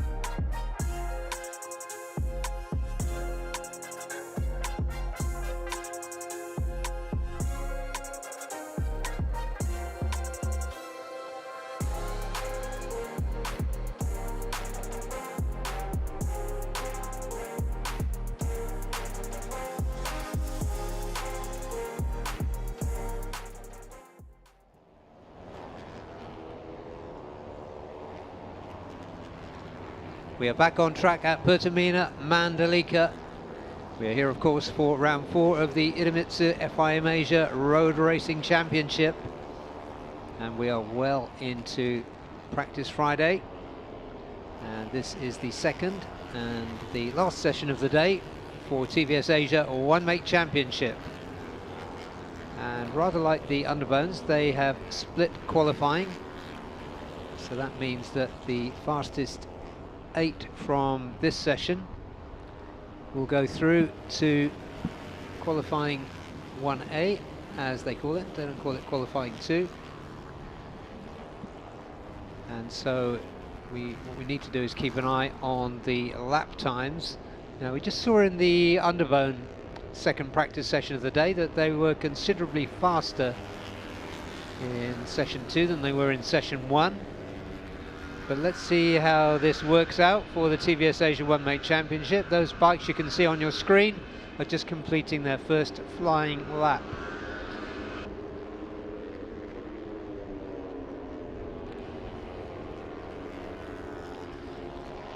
First through was the number 25 of Dexa Alma Alfa Rizal.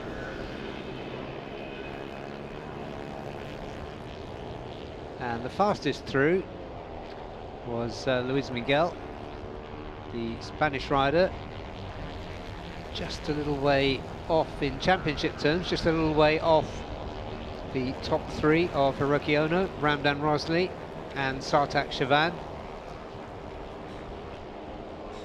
So this year, as is different from last year, is that Hiroki Ono isn't a runaway championship leader at this stage of the season, as he was last year.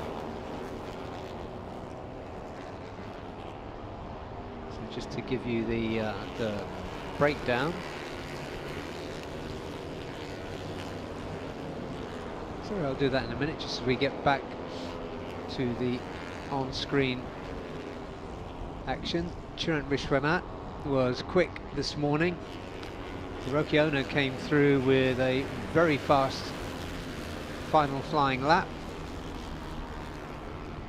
to knock Ramdan Rosli off the top spot by less than 1/10 of a second. And then it was Chirant Vishwanath and Sartak Shavan. And last time out here at Mandalika in 2024, the top 3 in both races were the top 3 in this year's championship. So Hiroki Ono, Ramdan Rosli and Sartak Shavan.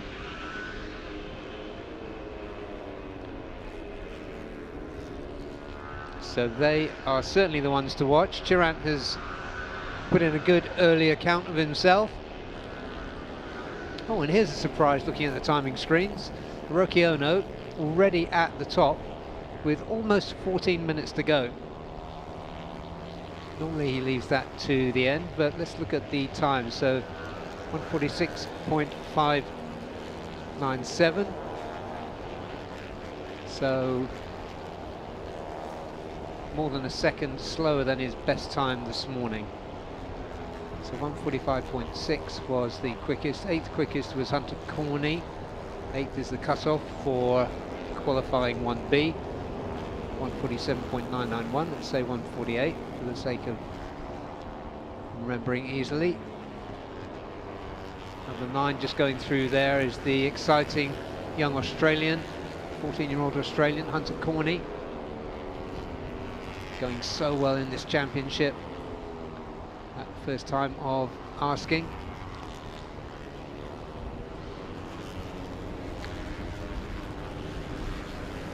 And 24, just on the right of your screen there, is Brahmaputra Septirwan. Taking a first look at him in this championship.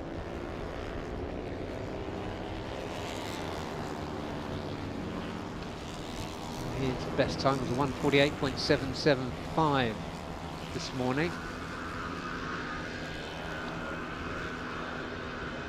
But currently at the top with 3 flying laps completed are your top 3 for the championship so far.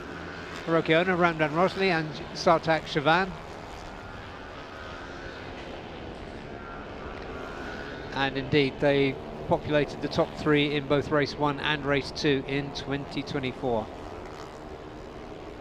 So the next rider in the championship, Luis Miguel, has got a job on his hands to get on terms with them as they get into the second half of the season. It is doable though. Luis Miguel also already has a race win under his belt.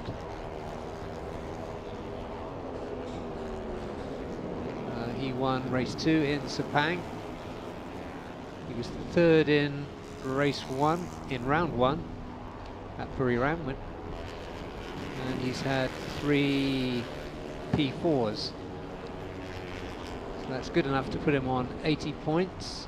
Championship leader Ono is on 124 and 16 points back on 108 apiece are Ramdan and Sartak. Yeah, I had a chat with Chirant early this morning after practice 1, and he was in really good spirits. It's really good to see Chirant this amped up, and I like the way he's building himself. He's starting to really look like a good contender, and the real character of Chirant is starting to come out, and it's really good to see for the championship. It just brings more color, and we should see a good battle for the last few rounds. Yeah, Chirant's best result of the season was second in race 2 in Buriram. Apart from that, he scored a couple of 5ths.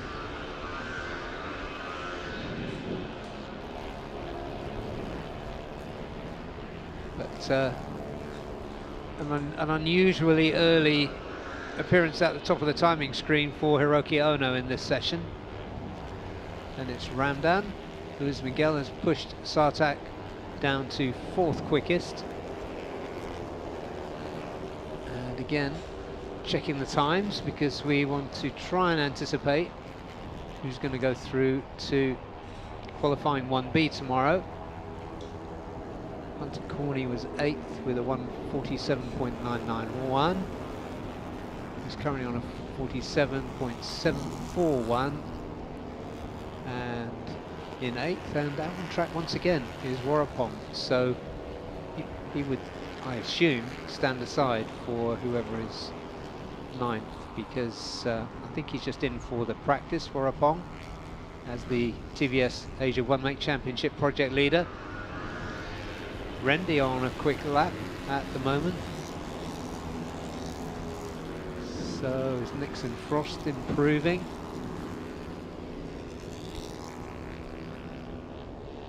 Luis Miguel going well, so he seems to have found some good pace.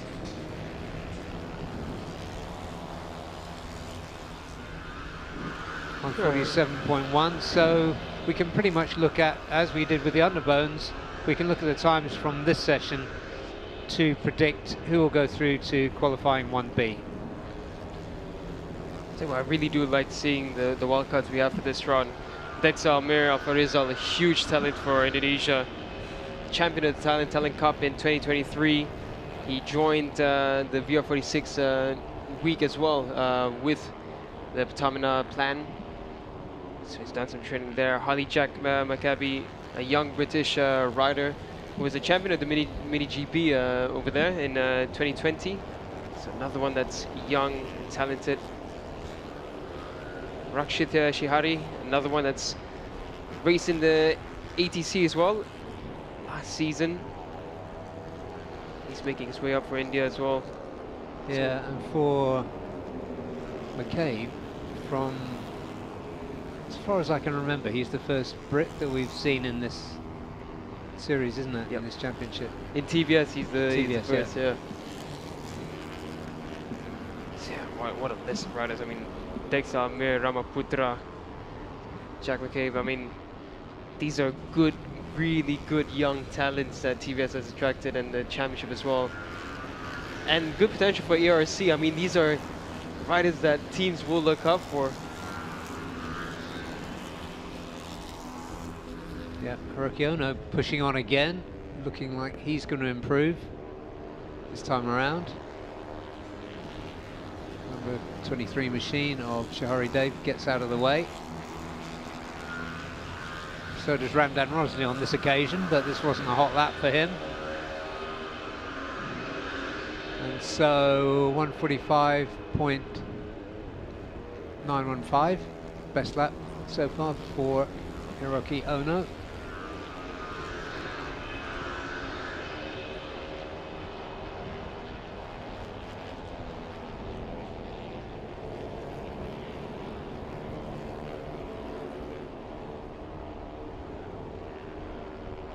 For qualifying last year, we were in the 144s, so we're quite a lot quicker actually. That was Reach Takahira on 144.9. Hiroki Ono did 145.17. Anyway, we are where we are with the times that we've got, and these times are slightly quicker than this morning. Just impressed by the young Brit. He's up into 6th. He's only 1.6 off on his first outing on the TVS, well, second outing ever. Yeah, and he's just done his first two sectors. So really good work. Getting to grips with this. This is surely his first time to Mandalika. Yep. It's impressive. This, for the start of the second half of the season, every category has an interesting story to tell. I think I just saw Vorpon coming through there. It looks like a new fairing perhaps on that bike. Perhaps testing some new aero.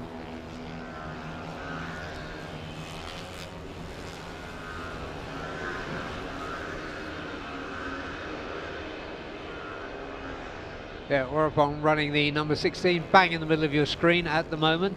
Next to Ramdan Rosley, the number 2. And just behind them is Ramaputra Septiawan, the number 24. Rider ran wide then, I didn't see who that was, but there is Vorpon.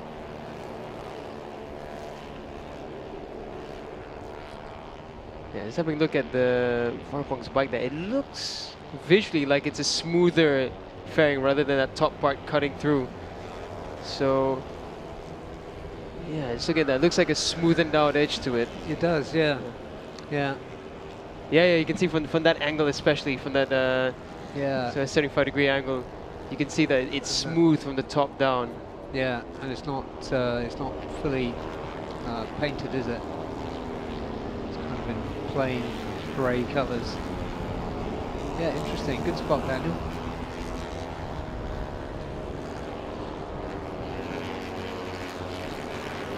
Whatever, the TVS Asia One Make project leader doing a very good job, as you would expect.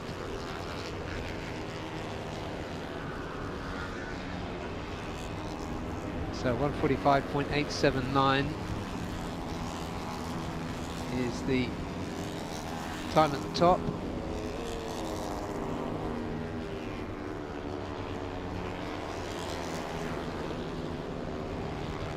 And we need a 147,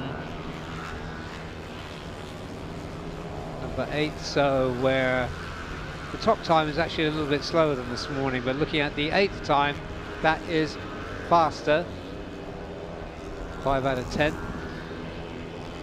So it looks like Shahari Dave, provisionally, with 3 minutes remaining, is going to go through to qualifying 1B. Unless anybody can come up from beneath that position to overtake him. And let's take a look at, if we can, at Kim Min Jae on the number 6. Kim Min Jae going better and better this season. So we have a look at that intriguingly prototypey looking Apache of the number 16 there in the middle, Vorpon. To me that actually looks sleeker, and I notice it's got rather a neat graphic to show the colours of the flag of India.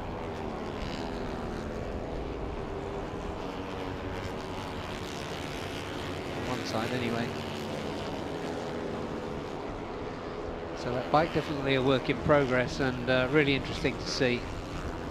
1:47.682 is the time. That puts Vorapong, even though he won't be out for qualifying tomorrow, in P9.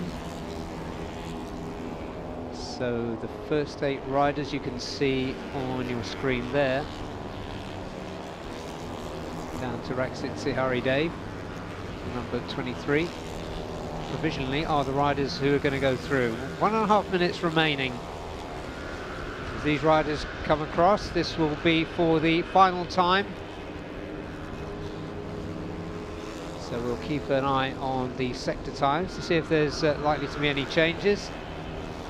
The number 2, Ramdan Rosley, isn't going to change because he's trundling around, having safely banked a 1:45.921. So that is a good enough job for the day for the experienced Malaysian. That is Chiran Vishwanath, the number 4.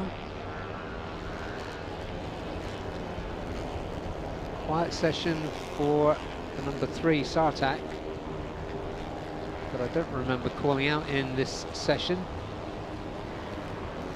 But he's looking safe in number 4, although 0.8 off the best time of Hiroki Ono. So perhaps all not going as well as it might do for Sartak. There's Nixon Frost on the number 17 machine just behind him. Look again at Chiran.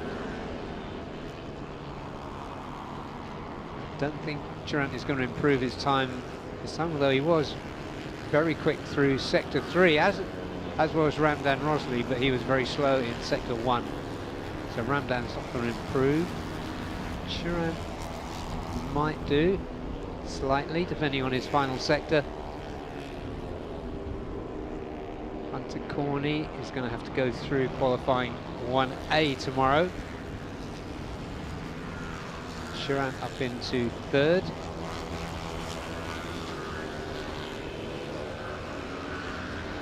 Chiran doesn't improve as they take the checkered flag to end this session.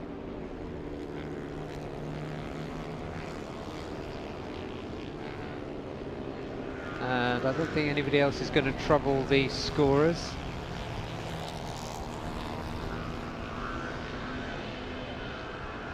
So that should be it. So I think we know who we're going to be seeing tomorrow morning in qualifying 1B, and they're by omission for qualifying 1A. And looking ahead, the fastest 2 qualifiers from qualifying 1A, there will be 7 riders in that. Sorry, 8, yeah, 7 riders in that will be out first tomorrow in qualifying 1A.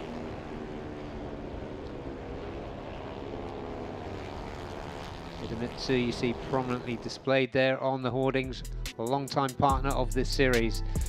There he is, with unusually a time set very early in the session by his standards. Hiroki Ono did a 1:45.879. Next up, Ramdan Rosley, 1:45.921, and then it was Chiran on a 1:46.341. Then Sartak, 0.3 slower than him. 5th was Luis Miguel, 1:46.7 was his best time, just ahead of Rendi, the Indonesian rider. And then it was Harley Jack McCabe, the British rider, on a 1:47.444, and then it was Rakshit Shihari Dave. And then Warapong out on that prototype looking machine, 9th quickest, and then it was the brilliant young Australian Hunter Corney, and then it was the equally young Nixon Frost, 11th. 12th was Kim Min Jae, further down the order than we might have expected, but then it was Dexa Alfa Rizal, 13th. 14th Brahmaputra Septiawan, and Leandro Paredes, the Filipino rider, was 15th quickest. So we're going to take another little break, and once again we're going to have an update from Daniel, but don't go anywhere, stay with us, because we have another 3 sessions coming up: AP 250, Super Sport 600, and of course the ASB 1000s. will bring the day to a close. So I think Daniel, don't miss this interview. He's going to be talking to Adinanta Putra, who had that massive crash in the second practice session. So hopefully he's okay, and hopefully we'll be seeing him out a little later this afternoon. So stay with us. We're at this gorgeous location, Pertamina Mandalika, on the island of Lombok in Indonesia, for round 4 of the Idemitsu FIM Asia Road Racing Championship. We'll be going to Daniel shortly.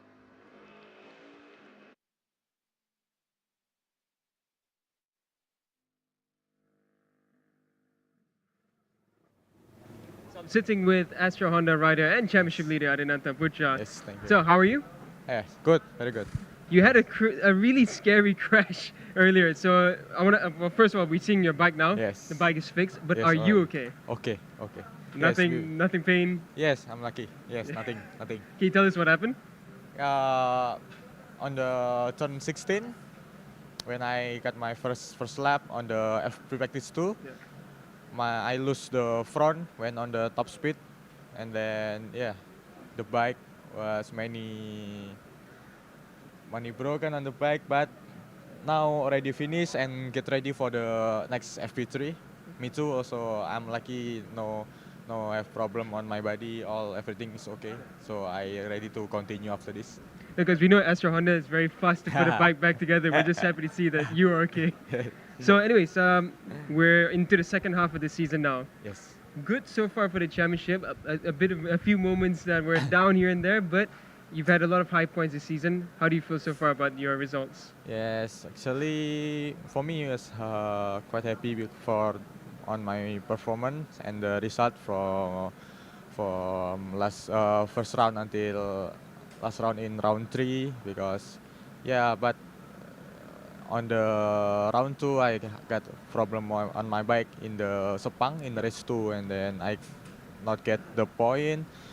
But another race I can keep good result for me, and then now is round 4. After this, still three round, include this round in Mandalika. Yes, so I still have 6 race. Very important to maintain the point for me for the championship. So I just focus and come for every race, because back again the point was important. I just focus on myself and always try my best and be consistent. Yes. Definitely. As you always said, the most important thing is consistency. Because it's very important thing for me. Yes. Definitely. Yes. Now, okay, in Mandalika this weekend, the wind is very strong. We were just talking about it earlier, and can you tell us how is it affecting the riding right now? Yes. This week was really strong here. The wind in Mandalika. This is also my first time to race in Mandalika with a strong wind like this. But any condition, all riders same also feel the same. So for me, just focus and understand how to ride the bike with this condition to quick adapt. For me, this more important. Yes. So, as you always said, the most important thing is consistency. Yes. What is your mind thinking for this round? Is it to push, get the victory on the home ground, or is it to just maximize points without making a mistake? Yes, actually, the first I want to push and make a victory, because for me this is also special and important, because this is my home race in Indonesia. Actually, I want to give my best and make some victory here. But back again, the most important is no mistake. Yes, no mistake for me, because the point was important. So let's see how the race was going. So, but I want to be the winner here. Yes, I always try. Yes. So one thing we noticed is Herjun made a step up this weekend. He's looking faster now. Yes. Again. is it going to be helping you at all for this championship? Having your teammate now very yes, close. Yes. Until now, but no have team order or anything. But yes, I hope maybe on this race or next two race, two round, he maybe can help me. But I just focus on myself. Yes, because the good is can be fighting alone. Yes. Definitely. Okay, so last one. What do you think will be the biggest factor this weekend for the super sports class in the race? Is it going to be tires or is it just going to be overall race pace? Oh, for me, I think the big factor was also the race pace, yeah, because in Mandalika, always the tire can more finish more early than another circuit, So important is maintain from the beginning until finish to maintain the tire and make the good lap by lap consistent. And then for me, the average of the lap time was important in here, I think. Yes. As you said, consistency. Yes, consistency. All right, thank you so much. Okay. Always fun talking to you. You're welcome. Thank It's you. been Adinata from Astro Honda. Thank you.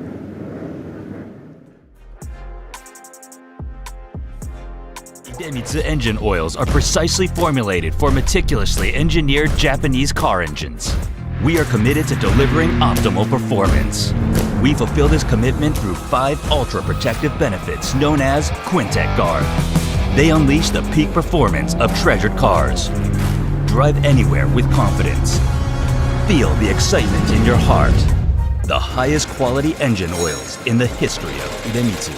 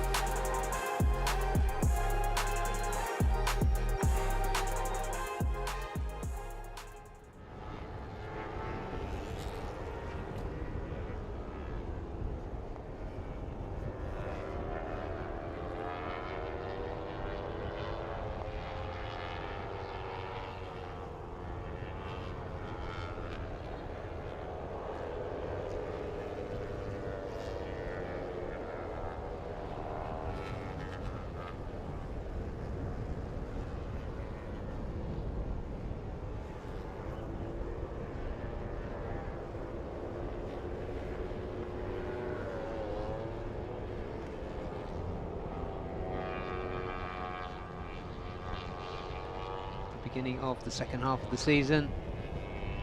And as these riders go on their warm-up, their out laps, there is a fantastic view of the countryside around here on the island of Lombok. Absolutely gorgeous location. And I think that was Hutri just went through, the number 19. And the 71 machine is the Chinese rider Liu Guangyuan. Of all the riders in this championship, I have the most trouble with that, and I've no idea why. But I do beg his pardon, and also apologise to Team One for All for that particular inadequacy. Number 15 there is Leong Nanzi from Hong Kong, and on board for Victor Racing.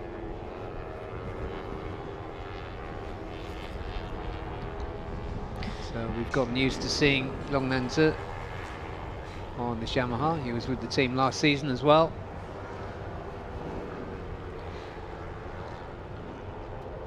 And earlier today,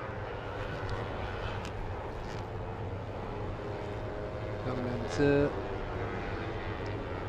was down in 29th with a 154.016. The fastest lap was set by Murabil Vitoni, 147.336.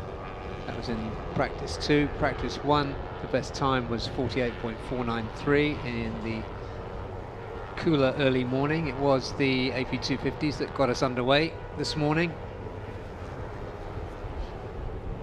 So perhaps unsurprising at midday that the conditions would be more amenable to putting in a faster lap time. And so Murabil Vitoni, who, if you've been with us this afternoon, you will have seen interviewed by Daniel a little earlier, taking it race by race was what he said, and I believe it. I think he is going step by step. And that's impressive because doing just such a fantastic job. He is stepping up from underbones. Some riders just don't quite make it, and some great underbone riders have just not made it. I think that's the slight doubt that everyone has is transferring the riding from underbone to AP250s. It's really different riding a non-tank bike to a tank bike, and he's done fantastically. I mean, the quality is shown. It's his first season. He's a rookie on that Yamaha R3, and in this weekend so far, he set the fastest lap time for the AP250. So Murabil is looking like a top rider. Yeah, and he's a genuine championship contender. 77 points makes him third, behind Fadilla, who's on 104, and Kritapat, who's on 83. So he really is in the mix. It's quite remarkable. But we saw his quality for a couple of seasons in underbones. At the end, it was really only later in the 2024 season that he really converted his talent into results, and he's really taken it on from there. There is championship leader, the number 93, Fadilla Arbi, fresh from doing a stand-in job, an outstanding stand-in job in Moto3 last weekend in Hungary.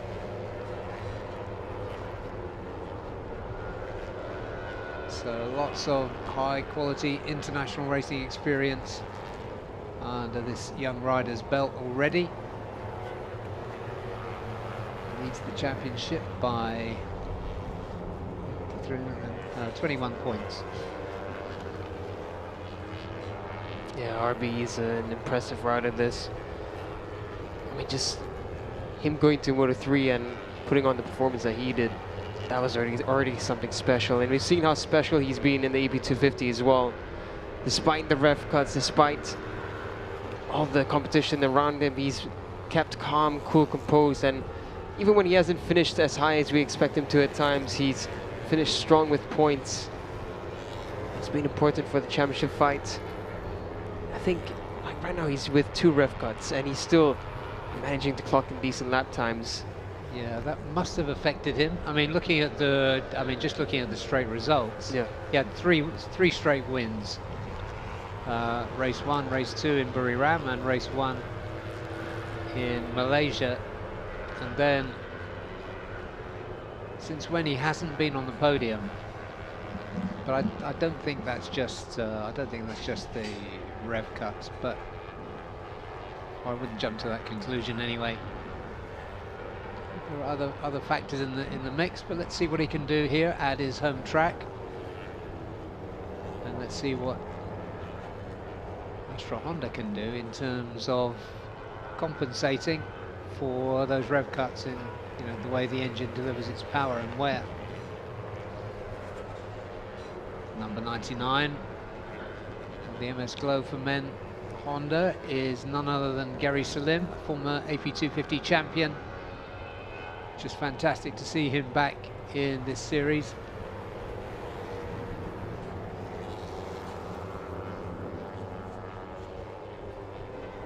Big old mixed group here, and there are 30 entrants, although maybe only 29 riders out in this session. I think Galang Hendra is not out. Yeah, I think he's just come out. He's just come across sector 2 and sector 3. Galang is still yet to show something in this practice session. Can always count on him to put in a good performance. Long-time runner in the World Supersport 300 Championship. Podium finisher on many occasions there. And his younger brother, Aldi Satya, who has gone on to become the world champion. Yeah, just a phenomenal sequence of fantastic riders that have been going through to world championships. And as you said, Aldi Satya bringing a world championship to Indonesia. Absolutely fantastic. Rider at the front there, also pretty good, or he was at the front, number 44 on the Antares, TY Antares Yamaha. That's Reach Takahira. We saw him here on a TVS last season. He put it on pole, and he's threatened a podium pretty much every time in every race so far this season. Had 2 bits of bad luck in Buriram, but he really has got terrific potential, and it's great credit to the TY Antares, the Beijing-based team, for making a bike so competitive when they're up against the likes of Astra Honda and Idemitsu Bunsu, Malaysia, and so on. Really an awesome job by that team.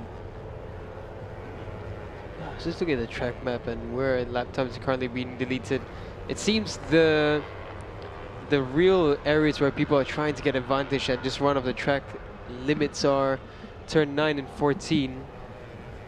And those are really the high-speed exits onto the next portion that they'll have to fight for in the brakes. Yeah. So yeah, turn 9 comes after a nice flow through, so it's quite easy to try and get an advantage at turn 9. That's where we can see the green patch. And then turn 14, another place you could try to cut across and get a little bit of a better drive into 15, but there's a reason why the track limits are set there. Yeah, there really is a beautiful flow through from turn 4 up to turn 10.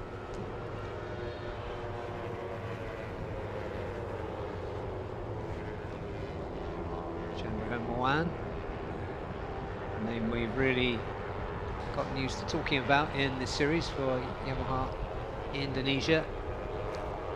It's Fadil Masyavi, the 571, going through just ahead of him.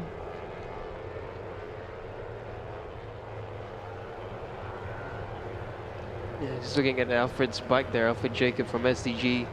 They finally got that new fairing on for that CBR 250. And he is closing the gap down now. He's just about 1.7 off the pace.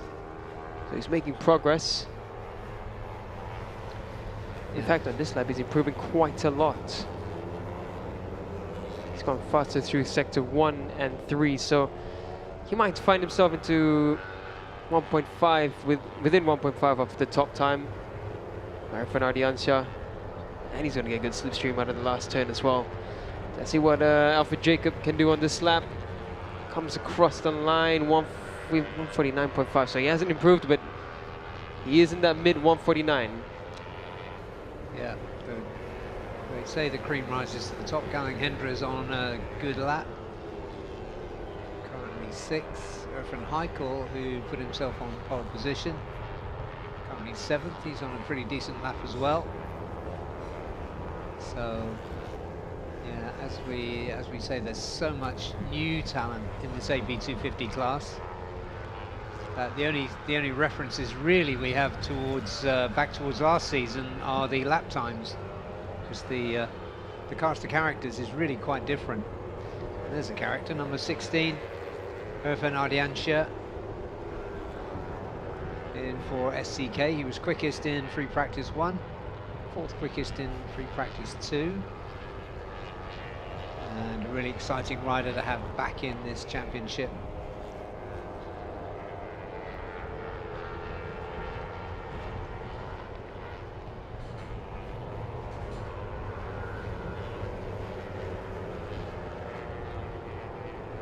Faris Putra there trying to get a bit more. He's made a few good steps this weekend.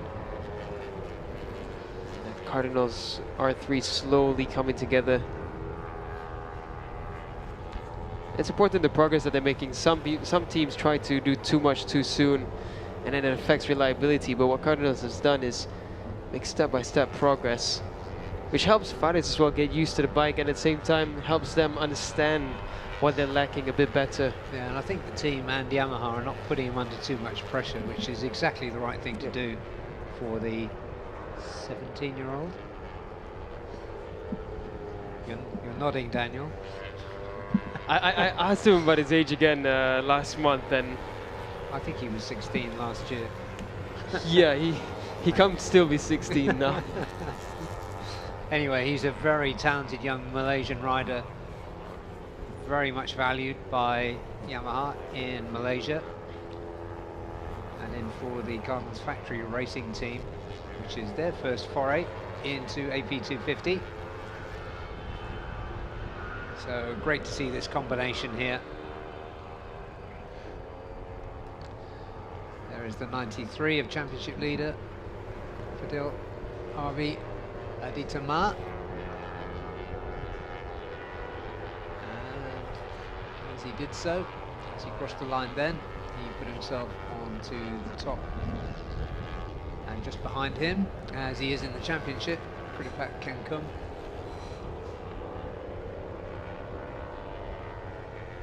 I think it was after you'd gone down to do an interview, Daniel, but I think it was Kridipat that had that really heavy crash in the second practice session.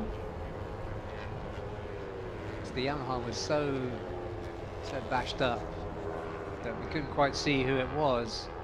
I can't remember who I initially thought it was, but in the end I looked at the screens to see who had stopped.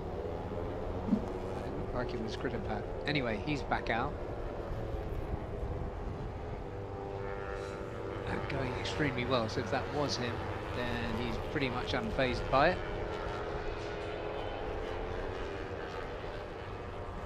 Agaz Excel having a good outing. Number 69 machine, currently 5th. Quite a mixed group here.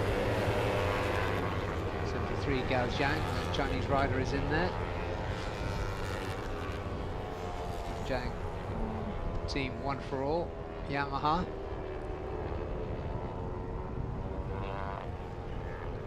There goes Davina Brittani, number 24. Number 65 on the Honda is Zhao Vietnam.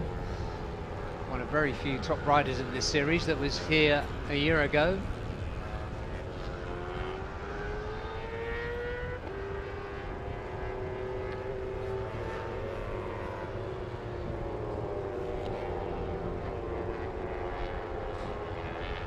Jazal Jarami, the Singaporean rider.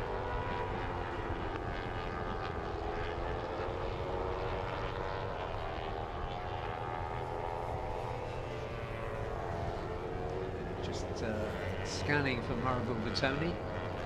Only 1.3 seconds off the best time. Down in 11th, there is Aiki Oshi. He's had a really good day so far. Currently 9th in the session, but was 3rd in the first session. Sorry, in the second section he was 3rd quickest.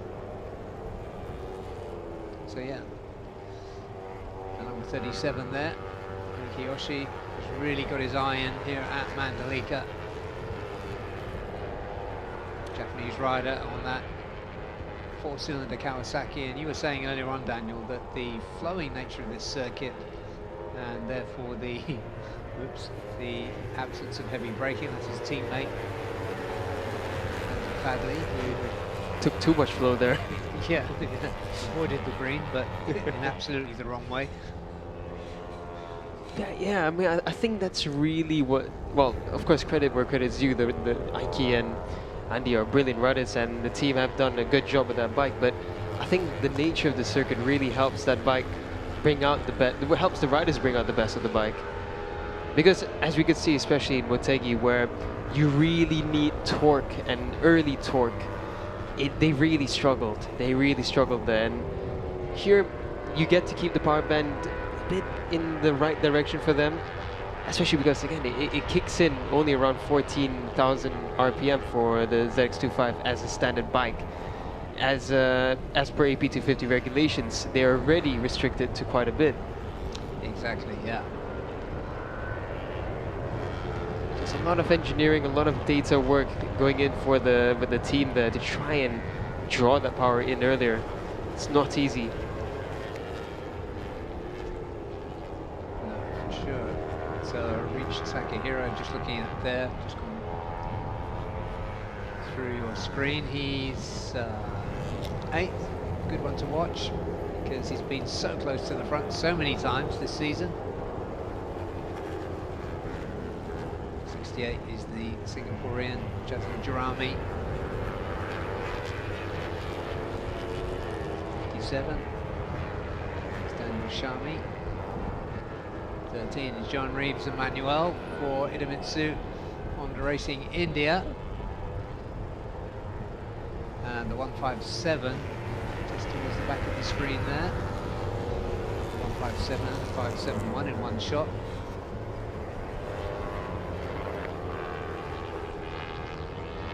That was the bike that just went past the other two, 571 and 13.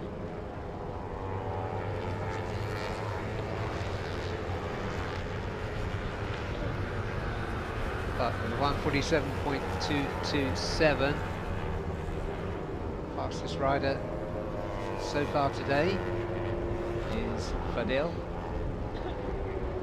bettering the earlier time of Marabou, which is around 47.336. So here we go.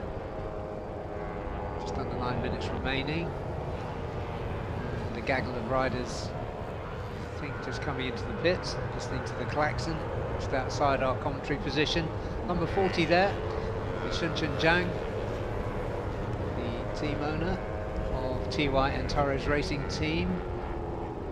He's been going pretty well here. He's had some extra practice here in recent times, I think. I seem to remember a few weeks ago him being here. He's climbing his way into the top 20 here. I think it was a month ago, more or less, joined for the local series. For two different series, actually, in Mandalika. Right. Yeah.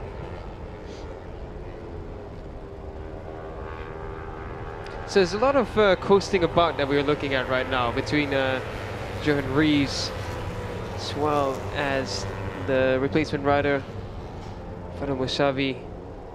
They started on the last lap at the last turn, and it's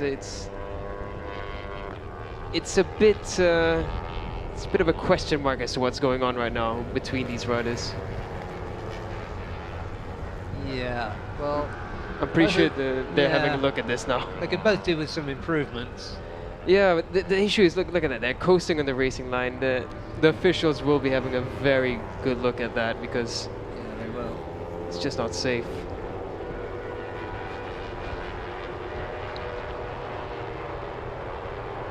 Let's go Vietnam. Yeah. So he's in a fast group there, so he's looking for some improvements. Yeah, there's a distinctive form of the green 108 machine of Andy Fadley at the front of that group. And a whole bunch of riders right behind. Less than 7 minutes remaining in this session.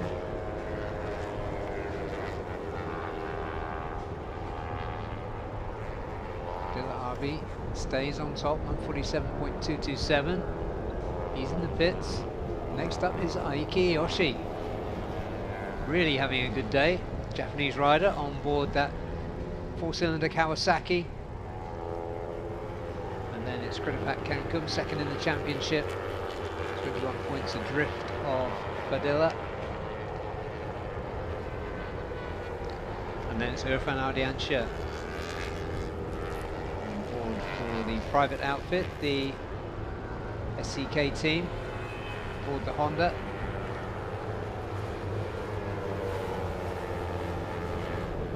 So lots to look for here. But another great performance from Aiki Yoshi.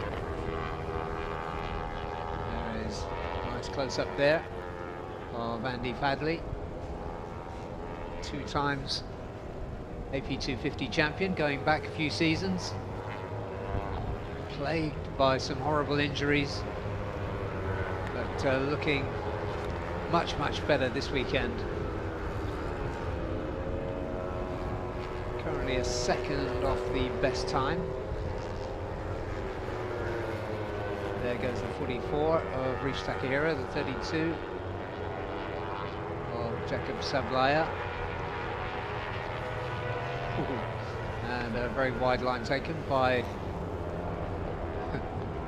that particular CB250. Yeah, it's one of the Vietnamese machines. Back with Aiki Yoshi, number 37. Just behind him.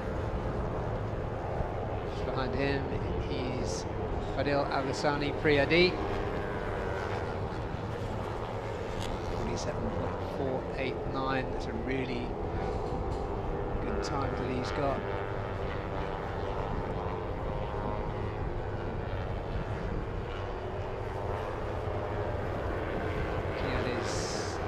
Take a look at his sector times a little bit later, but you would expect, because of the nature of this circuit, that Aiki, because of the extra weight of the bike and heavy braking, that he would be at a disadvantage in the final sector. Sector 4. Let's see, he's in that final sector now. So he's competitive in all the others.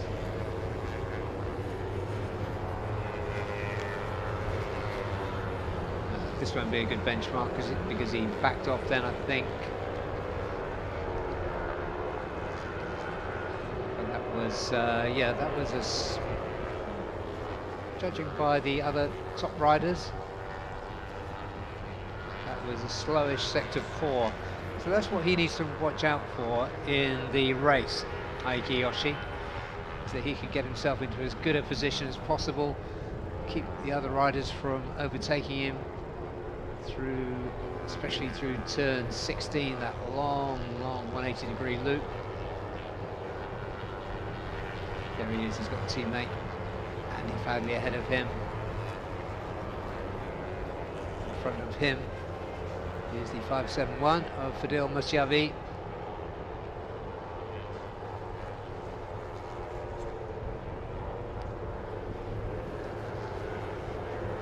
So you can see Andy Fadley just backing off as he came up behind, getting out of the way. Aiki has done the same thing. So collaboration there between the two Kawasaki's. Andy 11th quickest on 48.266. Aiki second quickest on 47.489.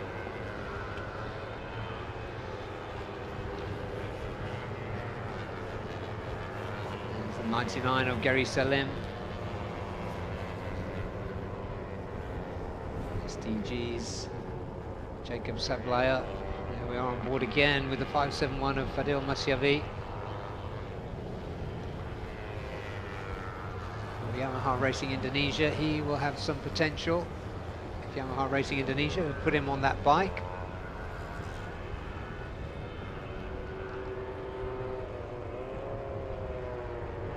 Irfan Haikal, who was quickest in qualifying last year, he's in 7th currently. Ahead of Reach Takahira, Kandra Hermoan and Chao Vietnam.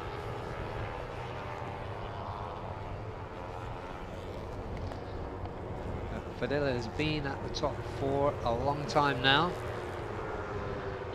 and doesn't look like anybody's going to push him off. Top speeds, fastest bike on track is Aldiaz Axel on the Yamaha R3. It's 186.2 kilometers an hour, same speed as Gao Zhang on the One for All Yamaha. So Yamaha's going well here. Fadila RB with 2 rate cuts, his best top speed 183.4, so really not that far off. Just behind him he's got Aldi on the Yamaha, the number 69, and there is Chandra Hermawan. Not sure what happened there. That's not sure whether he came off or whether just ran off into the gravel. He's back on anyway. Checkered flag will come out in just 10 seconds from now. So this will be the last time round for the riders on your screen. Fadila. Aldi.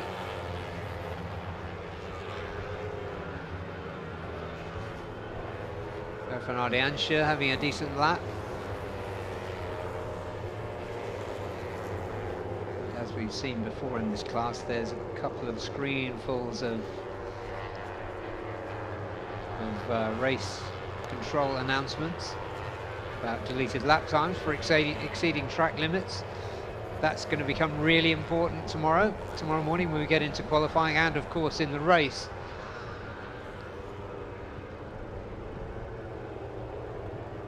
So these riders come across, and it does look like a nice, clean, fast session for championship leader. Another good session for his main championship rival, Kritapat. A brilliant young Thai rider. In terms of the form they're running, Fadila started the season really strongly, and Kritapat has gained momentum since then. So the run of play is interesting. So Fadila RB 147.227, that is the best time of the day for the championship leader. Next up, Aiki Yoshi, great work on the Moto Kawasaki Sniper Manual Tech ZX25R. Then it was Kritapat for Yamaha Thailand Racing Team. Irfan Ardiansha, he's had a great day for Maestro NWN SCK. 5th quickest, Galang Hendra Pratama for Yamaha BAF Yamalube. And then it was Aldiaz Iksal Ismail, his teammate. And then it was Irfan Haikal for Maestro NWN SCK. That team going really well. Then it was Rish Takahira for TY and Torres Racing Team, 8th quickest. Then it was Chandra Hermawan, had a problem late in that session. Then Chao Vietnam, 148.253 was his best time. That was a shade quicker than Andy Mohammed Fadli, the number 108, and number 12, Daniel Shami Ahmad Sharil. Then, surprisingly, Murabul Vitoni, 148.5. So down the order on this occasion. Kevin Kintel was 14th quickest, then it was Astra Honda's Davino Brittani. And 16th was former champion Gary Salim on the MS Glow for Men racing team. Fadil Musyavi for Yamaha Racing Indonesia was 17th. 18th, Gao Zhang for Team One for All. And then Izam Ikmal down in 19th for Victor Racing Team. Fadil Aghassani Priyadi for Yamaha Racing Indonesia was 20th. 21st was Jacob Sablaya for SDG Heart Pro Honda Philippines. And then it was John Reeves Emmanuel, 22nd quickest. 23rd for Cardinals Factory was Faris Putra Fadil. Then it was Singaporean Jazul Jarami. Joshua Mbeo for Yamaha AMS Carglass, he was 25th. Then 26th, Shunchun Zhang, and 27th, Nguyen Hu Tri. Tonan Pu was 28th, and 29th, Liu Guang Yuan. And Yongnan Ze did a 154.164, he was 30th. So coming up next, we've got another update coming from Daniel, when he's going to be talking to one of the most exciting riders this, well, in any session, but he's going really well this weekend. Aslan Shah, it'll be great to hear what Aslan has to say. We have coming next up will be Supersport 600 and then the final session of the day for the ASB 1000. So stay with us. We're at Pertamina Mandalika for round 4 of the Idemitsu FIM Asia Road Racing Championship. So I'm with none other than Azan Shah Kamar Zaman from A1 Energy BMW. Azan, how are you? I'm good, thank you. So, practice today seemed to be a big improvement for you. You start to look like yourself again. What's different this time? To be honest, I think we improve a lot with the bike. Also, for my side, I start to understand more the bike, and yeah, I start to enjoy riding again. That's really good to hear. Now, another thing we've seen that you've improved a lot on is your fitness. Right. You've been doing a lot of jogging, a lot of work in the gym. Yeah. How's that been? Great. Yeah, to be honest, when I have a strong body, strong stamina, yeah, I can go out and make like 13 laps just for one session. So yeah, I improve a lot this year with myself. Also improve a lot to understand the bike, and I start to enjoy the riding now. So one big thing that a lot of people have been talking about this weekend as well has been the wind. The wind is the strongest that even the Indonesian riders have seen. Right. Now your bike has some of the biggest winglets that we've seen on a bike. Right. Are you more affected by the wind, or do you feel that it's just still stable? Definitely. In sector 2, that is the most difficult for me to pull the bike, because the wind sometimes make me feel very hard to pull the bike to lean. But yeah, I think I have to work hard to pull the bike for the win. Now another thing that we saw that I found interesting in ASB was the combination of hard front, hard rear. Right. How did you find that combination? To be honest, I quite scared because last year we already tried, but this year we had a new compound. So yeah, front hard for me a bit difficult. It's hard to feel the tire contact with the surface, but I feel good with the rear. So yeah, I think the new hard is coming better, almost similar like medium, but it's more better. Right. So okay, now let's talk about the timing, because what you did in practice, it started to look like the Azan Shah that we remember. You know, you were straight up into second, first even, you know, at one point. So can you tell us, was it a big step of just you understanding the bike and the team finding those extra bits that you needed, or was there something more drastic improved on the bike? To be honest, in Motegi, we start to improve the bike with the suspension setup and the electronic. So yeah, and come here, we use the same setup in Motegi, and I'm trying just to try to understand the bike and try to enjoy myself on the circuit. And yeah, we did a very good job in the free practice 1 and 2, and I hope I can keep this rhythm and enjoy myself. So 3 rounds remaining. We're in the second half of the season. 3 rounds including this one.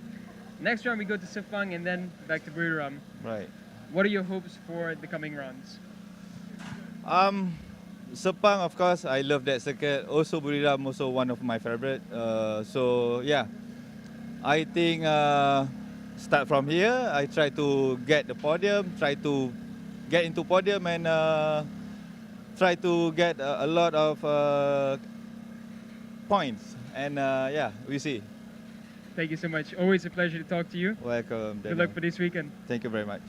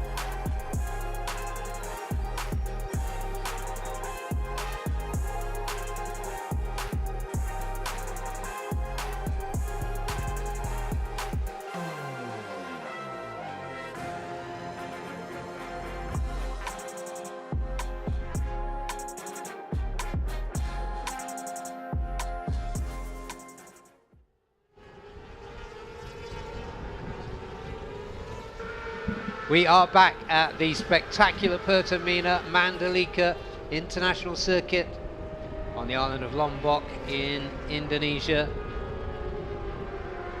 This circuit just 100 or 200 meters from the shores of the Indian Ocean, a very popular surfing spot. The local town is packed with holiday makers and surfers. There's a unique atmosphere here at this circuit.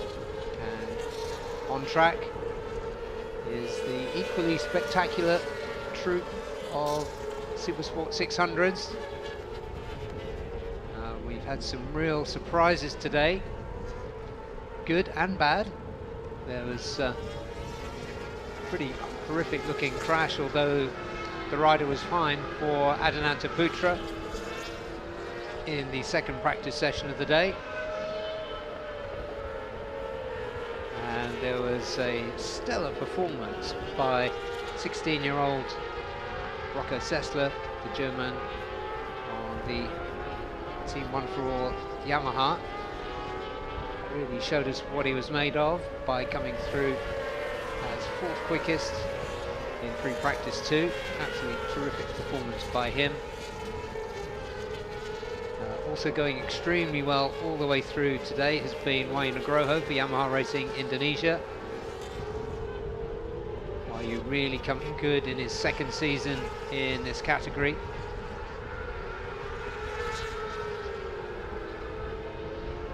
Just going through there on Helmi Asman was 31 of Tanat Long Pliao, and another class rookie, although a very familiar name, Hurjan Atner Ferdaus for Astra Honda. He's had his best day yet. He was quickest, no less, in practice 1, and in practice 2 he was third quickest. So Hurjan has definitely taken a step in his 600 career. It's what we've been waiting for. Now it really looks as though we've got it. There he is, the number 46, just ahead of the 32 Idemitsu Honda Malaysia machine of Helmi Asman, and behind them is the number 20 of Jakrapat, number 123 Reza Danica.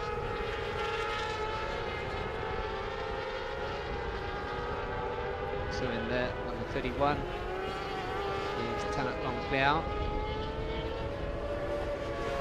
and the number 18 machine of Kitsadar Tabachot. Kitsadar and Jakrapat for Honda Racing Thailand, needing to put in a better account of themselves, I think it's fair to say, than they did in Motegi, when they pretty much went missing. But they had a good weekend in the local championship. That was very close there. Maybe a little touch there between Kitsadar and Tanat, just in front of him.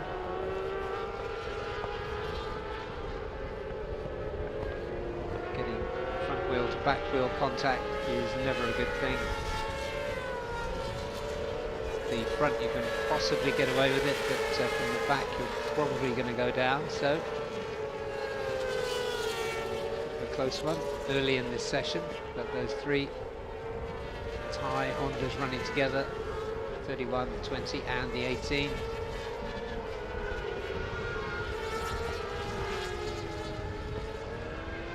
As you can see, the number 1, 2, 3 for Astra Honda, they've got Reza Danica RNs for company.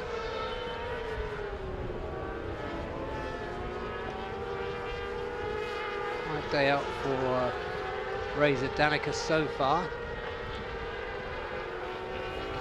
Always willing him to push on, do a little bit better. He was 30 in free practice 2. 7th in free practice 1, in 139. Sharafuddin Asman, another rider who has bags of potential to step up And there we were just on the Team One for All machine. There it is, Team One for All with Wonder Vacations. That is Rocco Sessler, who took that massive step this morning to put himself among the leaders in this highly competitive category. Fantastic work from the 16-year-old German and the Team One for All outfit, who for the first time are running in 3 categories at in the Asia Road Racing Championship: Underbone 150s, AP 250s, and now also in Supersport 600. So there is Rocco. Currently best time in this session of a 140. His best earlier was 138.651. That was the one that put him amongst the leaders in free practice 2. And he's on the move now with fast sector 1, fast sector 2. Let's see what he's going to do in this session. Lots of time left. More than 21 minutes remaining. So you come in just in time, Daniel, because Rocco seems to be on the move once again. Yeah, he's just set the fastest sector 2, improved in sector 1 and 3. Looks like a bit of an error there into the final sector for him. So it will be an improvement, but could have been even better. Luckily, he still has a lot of time. Yeah, lots of time. It was second session was good for Anupam Sarmoon as well, the number 500, second in the championship. It's tightly contested Supersport 600 championship. 7 points separate Adananta at the top and Anupam in number 2.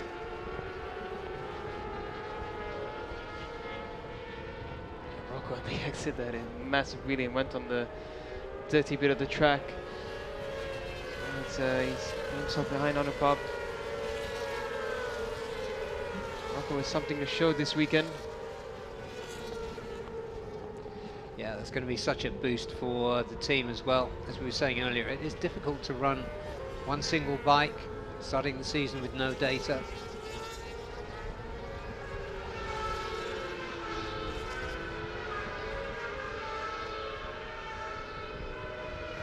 Rocco tucking in there behind Anupam.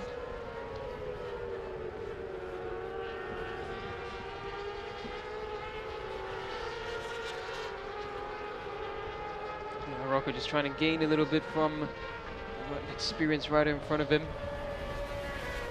He's not gone faster on this lap. Herjan now goes back to the top. That's a big improvement there from Herjan Atna. Yeah, those 2 riders, Rocco and Herjan, really taking the step that they were looking for this weekend. Wayne de Groho steadily getting better and better, establishing himself as a front runner.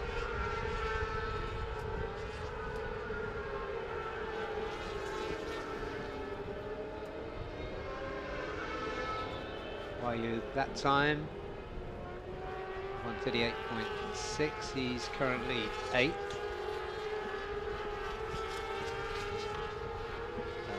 Then your top 3 are Herjan Atna, Adananta Putra. Neither Adananta nor his bike seems shaken or stirred by that spectacular crash he had in free practice 2. There's Herjan 46, there's the 27 of Kazma Daniel. It's a lot better from Kazma in this session. He's been struggling all day to try and get a decent lap time in, and now he's finally done some good ones, and he goes to the top actually, 137.962. This is much more like it from Kazma. Sector 3 wasn't even impressive, but Sector 4 was really good from Kazma. Yeah, I think a big error there from Kazma, goes into the gravel.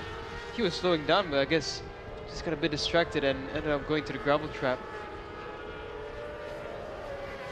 Okay, plenty of time. We go back with Herjan. That shot of Herjan there, that was a man who means business. Definitely, he's really got his confidence now on this Supersport machine. He just just the way that he was pulling the bike in through those flowy bits. Yeah, he's not going any faster, but he's still quick. Herjun is rapid this weekend. Yeah, so after an indifferent first couple of sessions, Kazma is on top. Just saw him get himself into the gravel. He'll probably come in as he completes that lap, as we are approaching the halfway mark in this 30-minute session. This is what we expected to see from Herjun at the beginning of the year. As he stepped up, we were really looking forward to seeing what he could do. And now, as we get into the second half of the season, we're seeing it as we see some really close up and personal, almost front to rear contact there. Yeah, it's between Reza and Jarkapat. Reza, another one that's been struggling a bit this weekend. Herjun on his previous lap set another 138, a low 138, so just the consistency that Herjun has. Yeah, his pace was good in the other two sessions as well. It wasn't just pulling out a quick lap.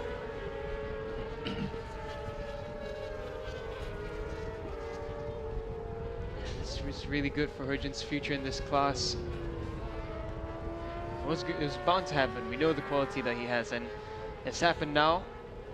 It looks at this rate that he's going to end this season really strongly. In 2026, look out for Herjun Adna, because at this rate he will be a top contender then.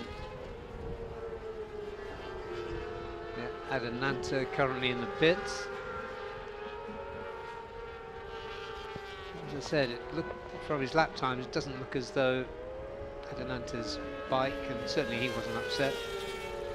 He looked like he was just having a normal day at the office when you interviewed him, Daniel. Yeah.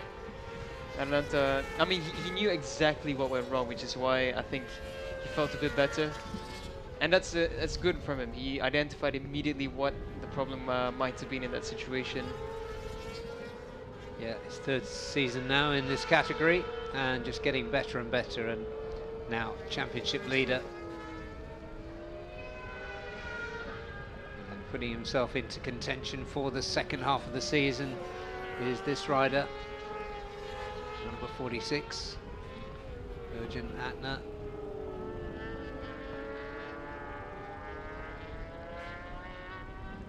(2023 champion? Or 2024? 2024, I think. It was, yeah. In AP250s. Yeah, 2023 was really close and just got pipped by his teammates. And 2024 finally came together for him.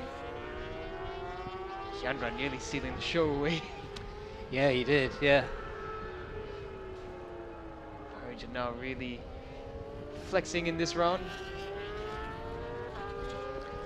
Yeah, Kazma having set the quickest time, having had a little excursion in the pits, probably having a bit of a clean-up. He did go quite deep into that gravel. I do believe there's only 2 riders who have done 37s, or 3 with Anupap. Sorry, I do take that back.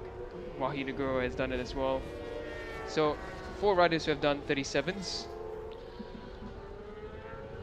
Between Anupap, Herjun, Kazma, as well as Wahyu Nugroho. These are the 4 fastest riders that we've had so far in the Supersport 600 from Mandalika.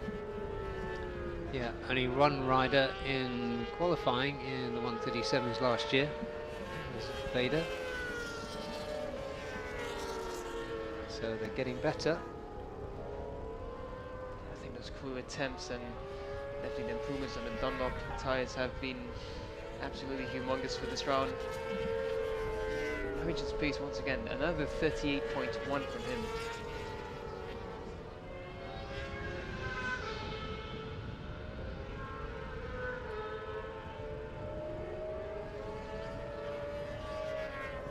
That's Adananta starting his second run.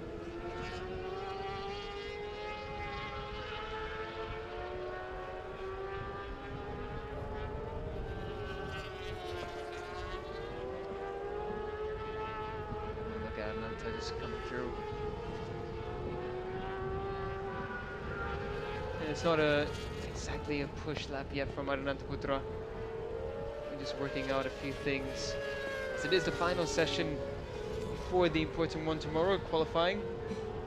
Yeah, and we know the cool-headed Adananta is all about getting his setup right.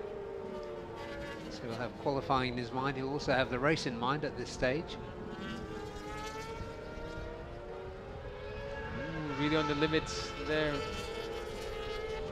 It's Adananta. He tips the bike in.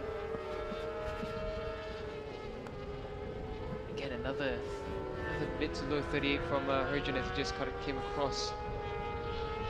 Yeah, what I heard from him in your interview, what I heard from what he said, is that he's expecting himself to win the championship this year. Seems like it, yeah. And that's a really important mindset.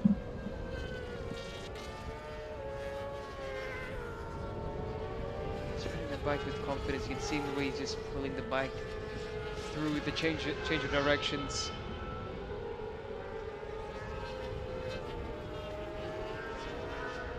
Dimas has done really good in this session as well, 38.7. Just 7/10 off the top.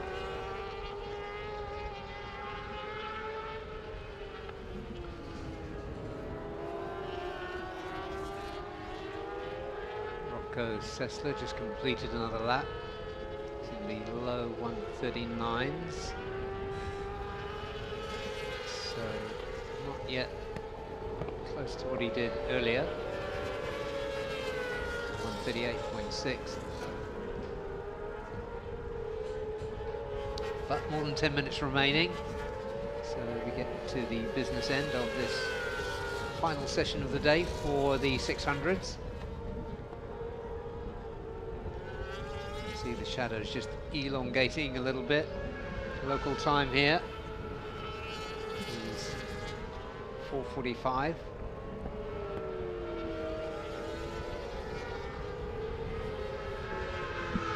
Rocco's just done a really good second sector.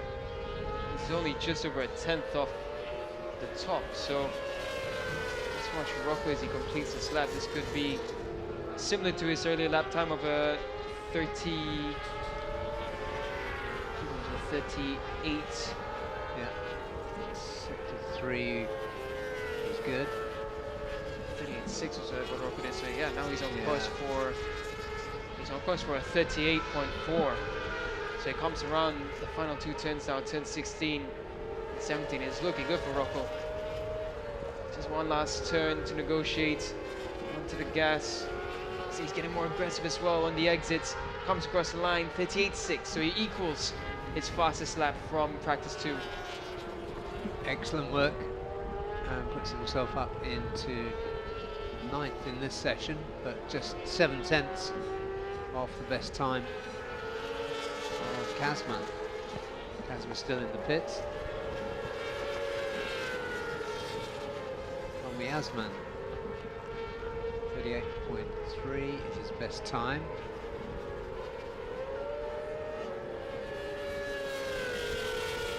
Hasn't been quite as close to the front as we would have expected. 10th in free practice 2. 8th in free practice 1, so a lot more to come from Helmi.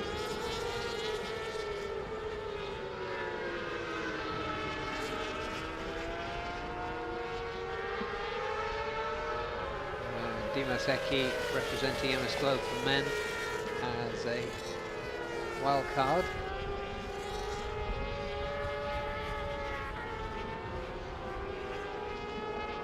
Look at Tanak there. Tanak is running in 3rd. This session is the best session from him so far. 38.004. And another 38.0 from Tanak, so he is on the pace now. This is much more like it from the young Thai rider.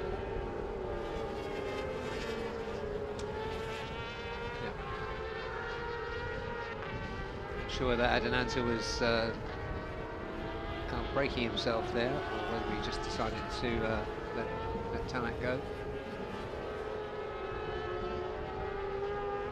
Kinsella just appears behind Tanak.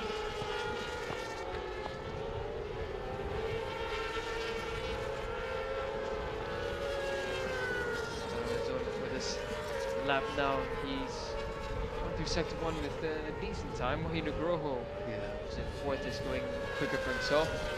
Good luck coming in from Rocco as well. Tanak pushing now. Oh yeah, Rocco's actually just set his personal best at 38.5 on the previous lap. So Rocco getting quicker and quicker. The gap between Rocco and Kasma, just half a second.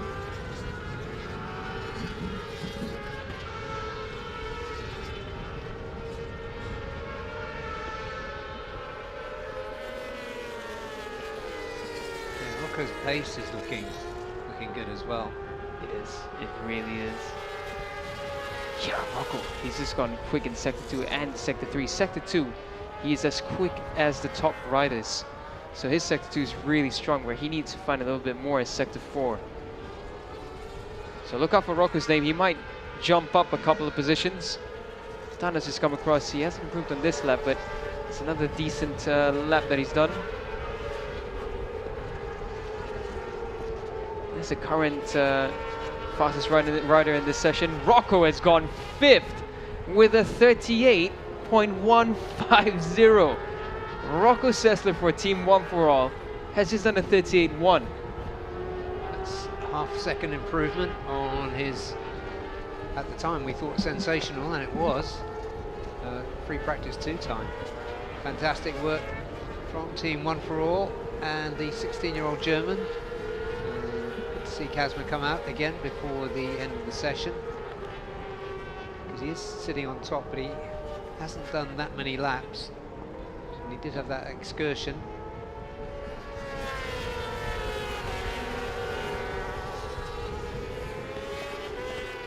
My Rocco Sessler, though, this is a big jump from him. He was trying to find the sub 1 second gaps between the top, and now he's just done and slotted himself between some proper contenders. Yeah, he really has. He's right amongst it now. 5 minutes, just under 5 minutes remaining. Kazma is back out. Let's see what he can do.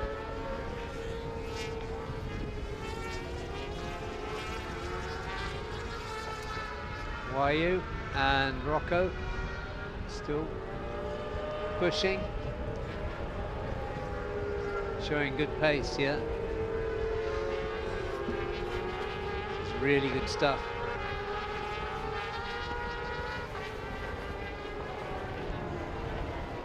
Yeah, Rocco now 4th with a 1:38.048. Gone ahead of Wayu Groho, who's been so good all day himself. On screen now, the number 27. Looking around, we've got Indonesia's class rookie Ferozi Torakatula, absolutely brilliant in AP 250s. His first season in this category now. Riders looking for position there. That was Sharafuddin Azman, who was off the track then, letting those other riders go past. 31 leads 32, Tanak leads Helmi, Tai leads the Malaysian.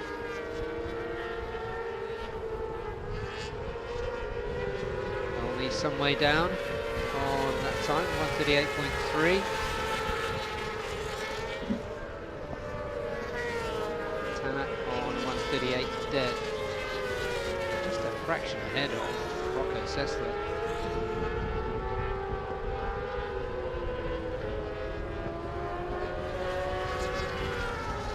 3 minutes remaining, so these riders should get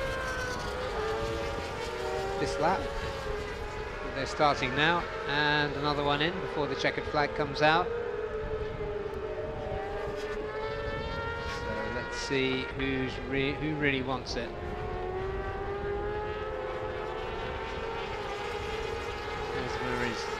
through sector 1, but not really on the top pace, which he of course set. An interesting group here, led by Tanat, 31. So is with Helmi, Kamal, Sherifuddin Azman, as he's otherwise known, and Karol Idampawi. Oh, and Rocco goes down! He kept pushing. German takes a tumble, it's not a bad one. He rolled well. And he's a nice, flexible 16-year-old, so that won't phase him. As you can see, the airbag has gone off to help protect him. So he's angry with himself. But nevertheless, that's a really good session for the German. I think he's in some discomfort from that airbag that's gone off. Marshals are helping him just release that, pressing in on his chest, obviously. So yeah, he can breathe again now. So, polite young man that he most certainly is. Thanks to Marshals. He gets off, but let's just take another look. He's on his own, just locked the front, the rear spun round, off he went. It was a fast crash, but he rolled well.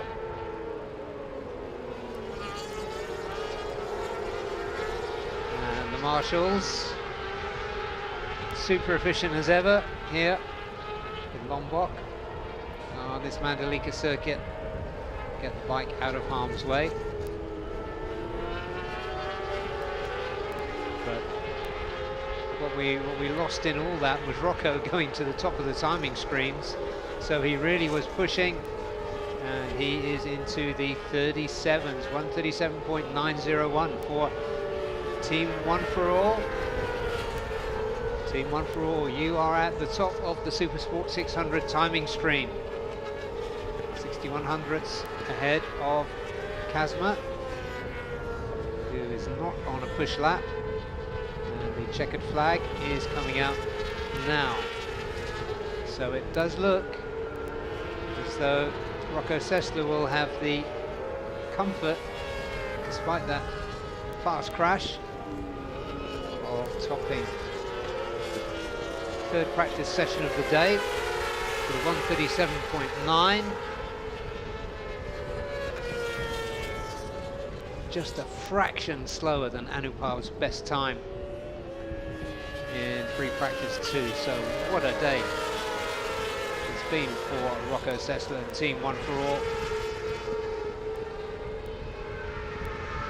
And they do say if you don't fall off, you're not going fast enough. Well, Rocco Sessler was most definitely going fast enough, and he just found the limit there.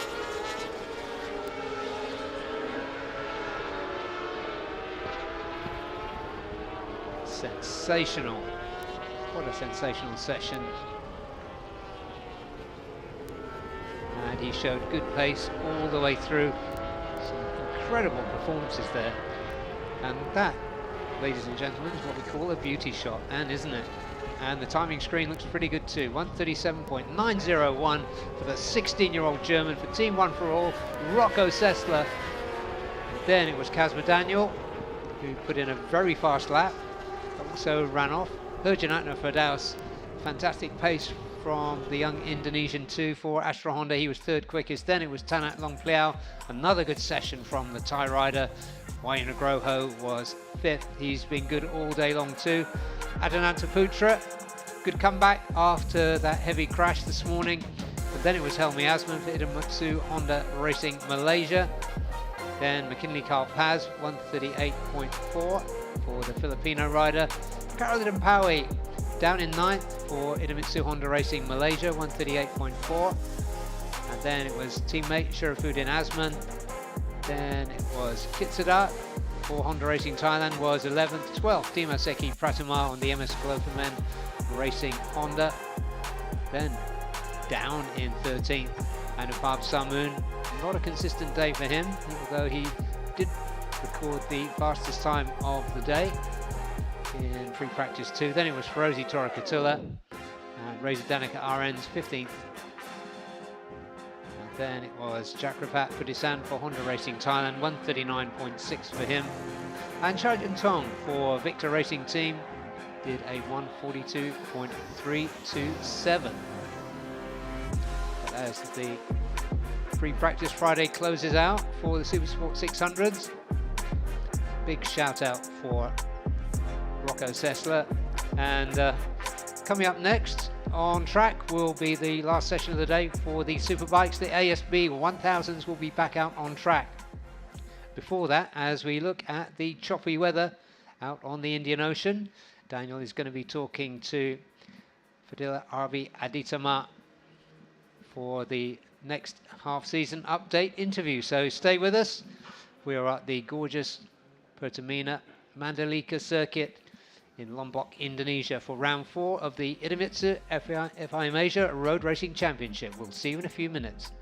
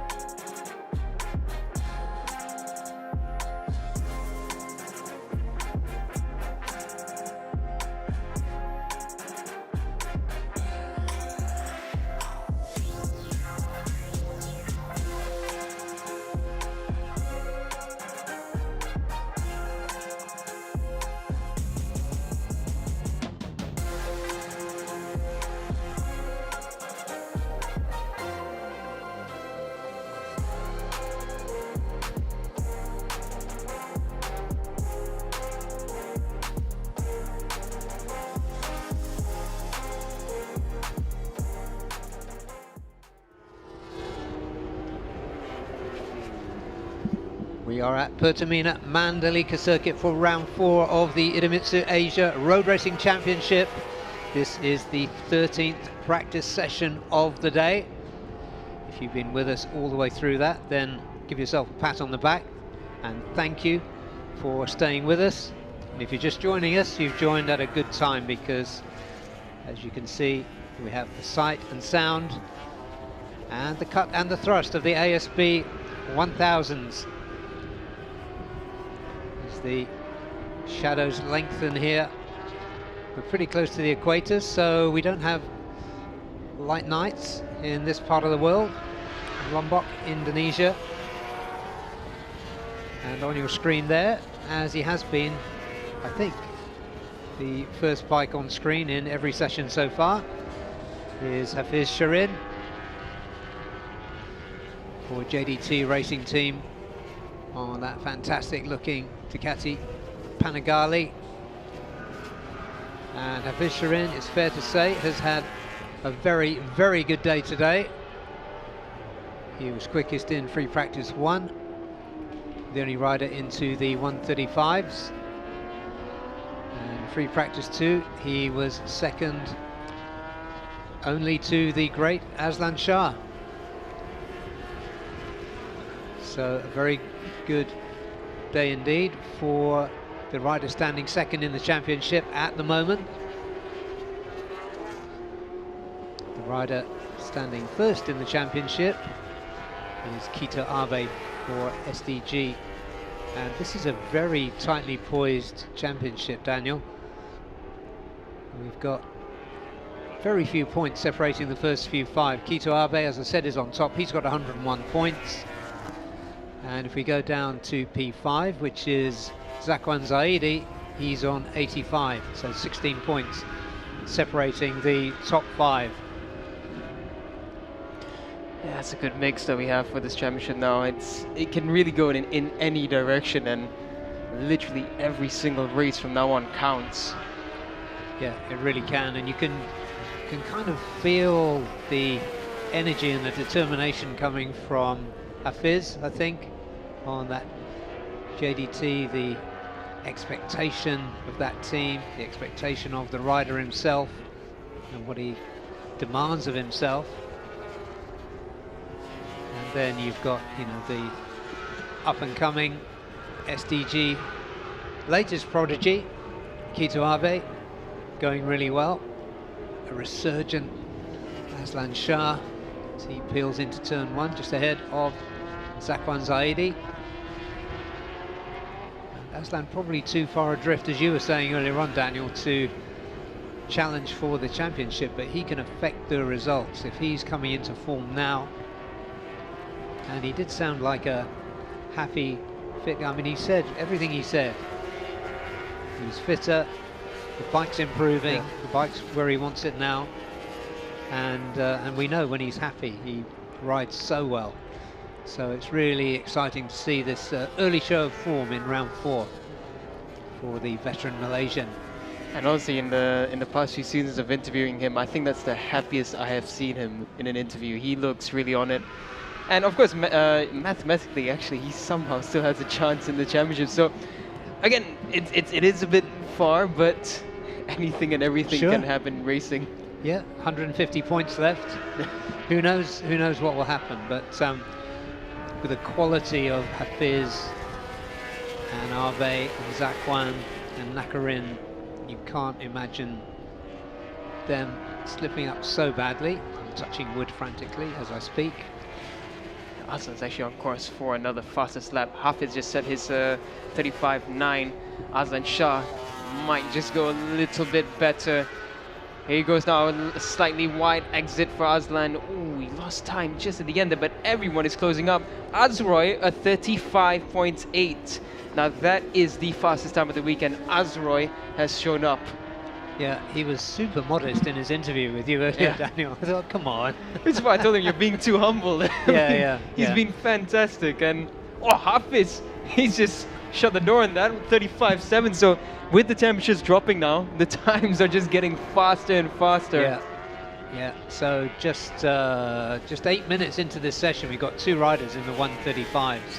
We've got more than half an hour remaining. So, While this is happening, Cam Duncan just set his personal best as well, 37.2. The gap is really closing up. yeah, we really need to strap in for this final session of the day. It already looks hot. Here comes Quito.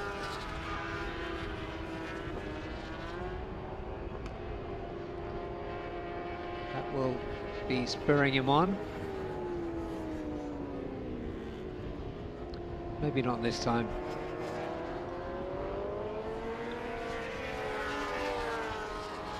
But more than half an hour remaining for the SDG mounted championship leader.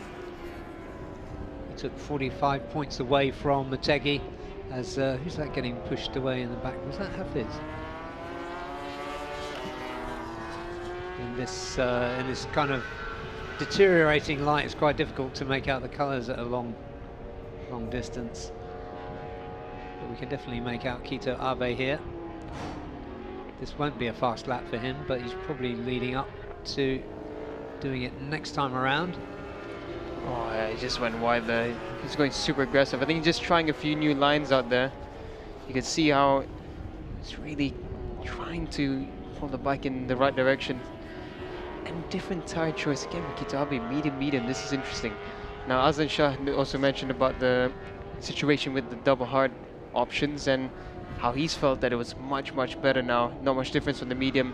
So Quito doing some mileage on the medium is interesting, perhaps just for a qualifying setup, but it's hard to tell at this point. Yeah. Who knows? What we do know is that SDG are tactically brilliant.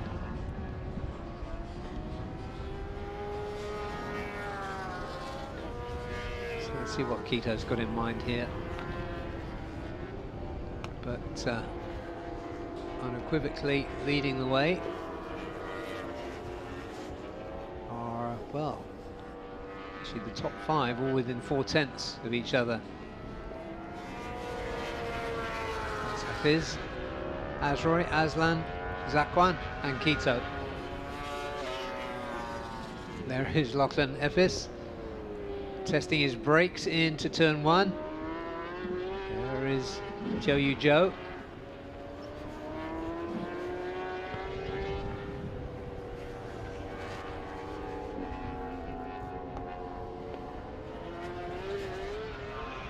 Joe Francis getting a bit of a move on, looking for improvements.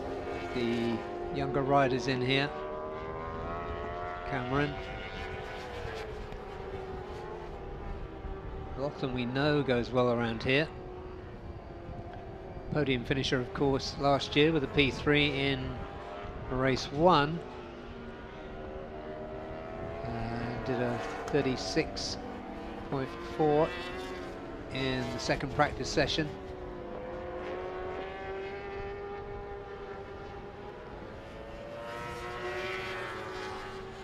It's Joe on that beautifully turned out Savitar BMW. Hafiz is on his own right now from the top 7, and he's just set a faster sector 1, a decent sector 2. Lost a bit of time in sector 2, but still might be a good lap coming in from Hafiz. He's been lapping in the 35s.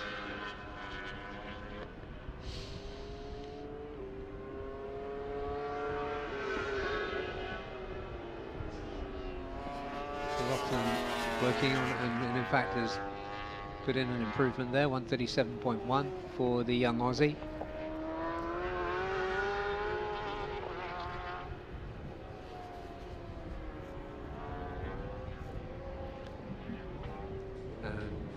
Joey does his best lap so far, 146.274.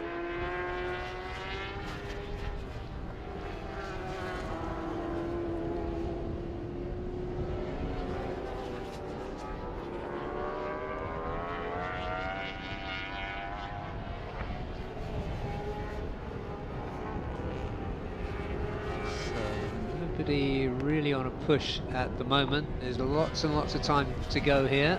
Hafiz has just gone up Yeah, that really strong sector 1, sector 3 from him, 35.642. He raises the benchmark up. This is really good from Afisharin. This is the most dominant we've seen him on the Ducati so far. Yeah, he really does look confident. And yeah, he's going to have to go hard to get the better of him, I think, this weekend. Him and the JDT team really coming into some good form.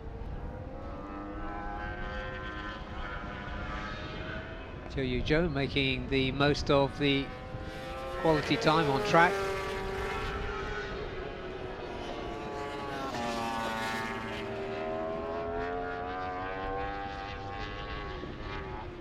But out of the 12 riders in this session, 6, 7, 8 are 9 are in the pits. Lachlan is not. He showed lots of promise in free practice too, and you can see him pushing hard, the body language, climbing all over that bike.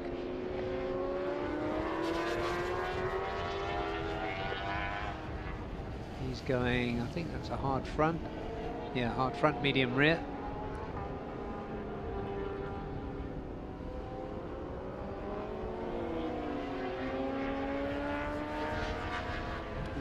Lachlan just looking around this as he repositions himself, just making sure no one else is on track behind him. Yeah, and there really isn't. Andy Frid is returning from injury. We haven't seen the best of him yet, but not quite sure where he is in the recovery cycle.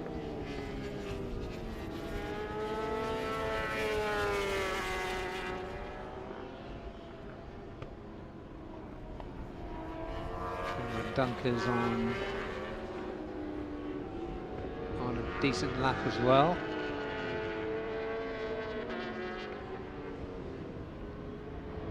Cam just 1.2 off the best time of his at the moment. Someone just under 1.6.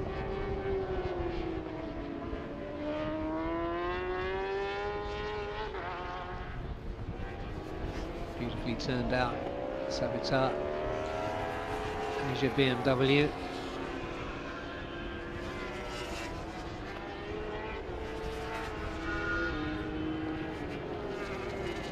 Lachlan, that was his best sector 1.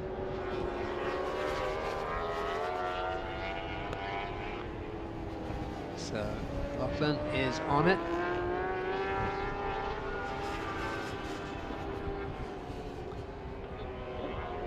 See what he can do. 137 is going to be, well, getting into the 136s is really going to be his target now. Front, medium, rear.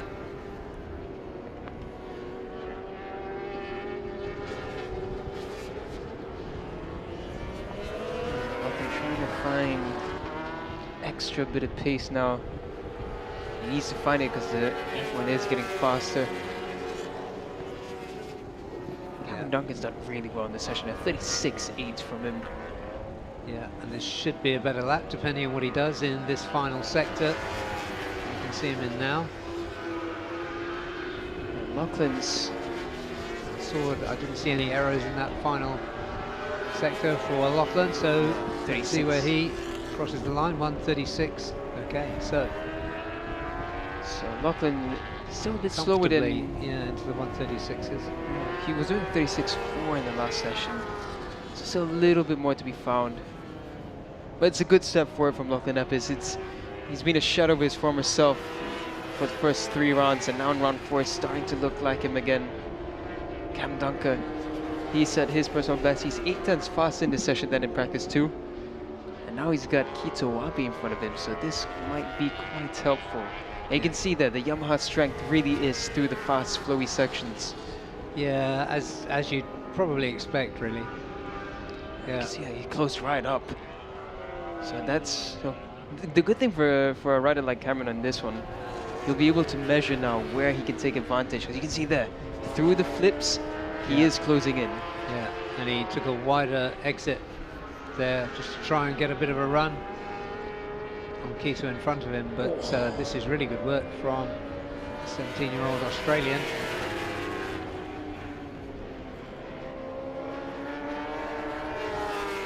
There's going to be another lap with Kito Abe there. So hard options for Cameron Duncan, which is good. I think that should be the preferred race choice. Yeah, he's medium, and he's right there with Kito. So here we go. It will be this coming lap. Kito didn't have a really good lap by his standards on that one.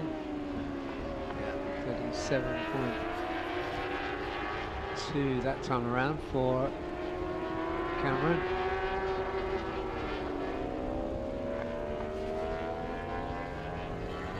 There's Andy Farid.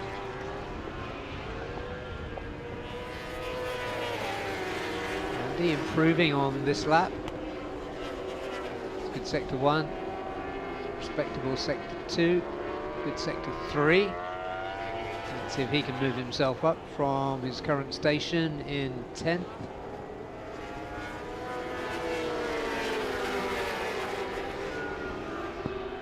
Okay, here he comes, and it was a step 137.1. Nowhere near what we know he's capable of, but another step.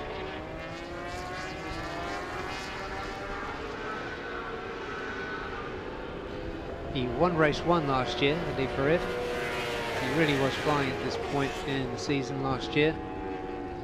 And he finished 3rd in race 2, so he's a long way off that form. Another improving lap for Cameron. Oh, and the fastest sector 3 as well. So again, that's where the strength was with the Yamaha. So he's really stretching the best out of it. And 36.4, Cameron Dunker goes 6th.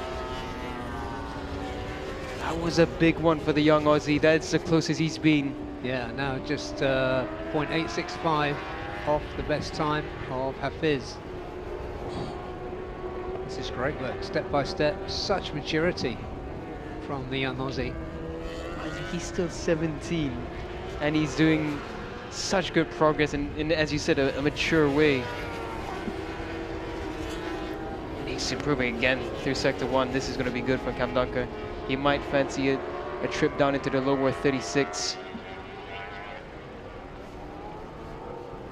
Yeah, if you look at the two bikes here, I know you're looking at a Honda and a Yamaha, but Suave seems to be pushing his machine a lot harder than Cam is pushing his Yamaha. He's only 0.6 off now through sector 2. In sector 3, he set the fastest sector 3 time of the weekend in the previous lap, so this is going to be a good one. Elsewhere, improving is Happy Wat Wongtananon on the A1 Energy BMW. Spoken about his teammate Aslan for a while, but he's still in 3rd. There he is. Running the medium front, hard rear combination. They both are, in fact, this time.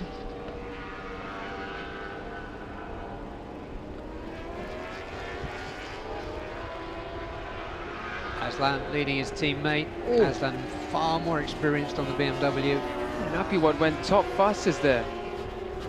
I don't know, we're 35.5 for Apiwat Wongtananon. Oh, and down goes Aslan. That's a fast crash.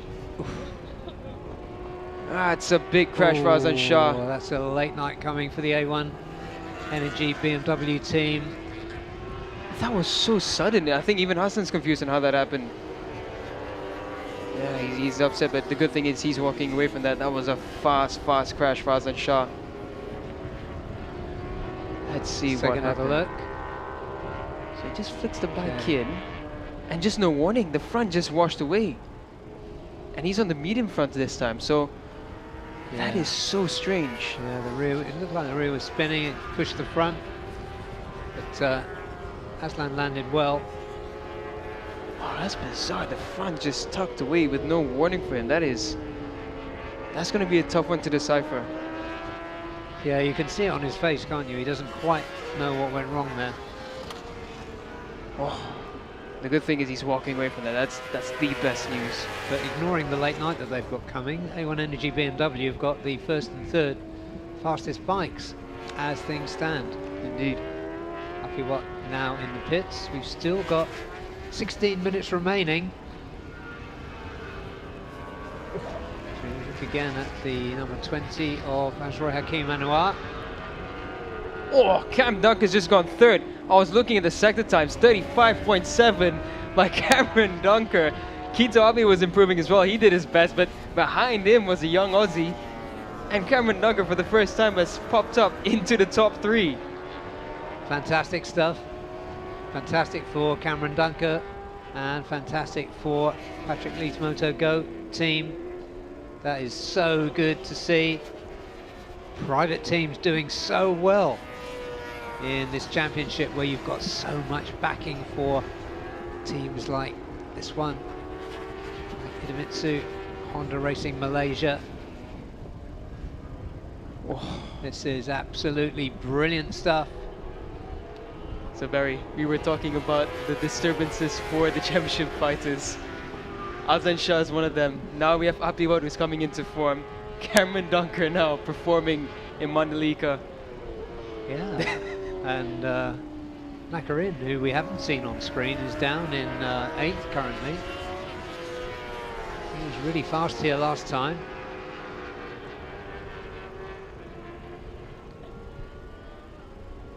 Azroy in 5th. Everybody down to Kito Abe in 6th is in the 135s. This is confirmation of Cam's impressive 35.7 here. It's not the first time we've seen a Yamaha perform well in this class in Mandalika. We saw Soichiro take the race win last season. And now the young Aussie showing that the Yamaha through the bends. Yeah, it doesn't need this circuit doesn't need the brute speed of the Hondas, BMWs.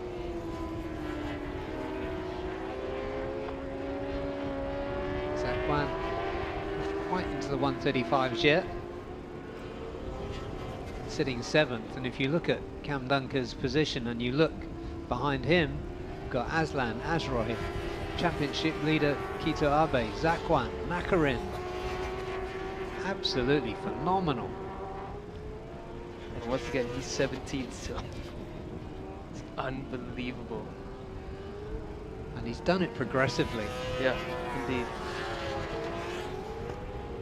Oh, wow. Looking forward to qualifying tomorrow. Yeah, this is going to be amazing. So Zakwan, what's he got now?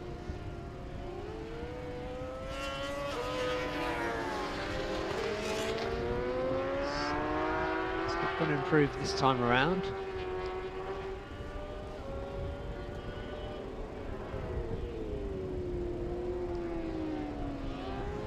Only 6 laps completed as well for Zakwan, which is kind of surprising. It's definitely not a work-shy rider. Yeah. Maybe they're just trying to experiment with a big change for setup. See, they're experimenting with the medium front, hard rear option for Zakwan. So it really seems like everyone's enjoying that hard rear. Most of them at least. And again, credit to Dunlop for making that happen. Because previously, well, with any championship, we know that hard tires give you less feeling, but if now the riders are enjoying it, and as Azlan said, it's not too far off the medium in field, so that's a great step forward. Yeah, it's working well on the circuit, on this circuit, isn't it, in particular? The particular qualities of the qualities, not quality, of the circuit are often discussed.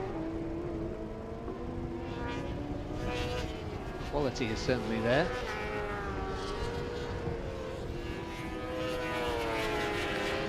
There's Azroy with those distinctive, massive yellow nostrils on the front.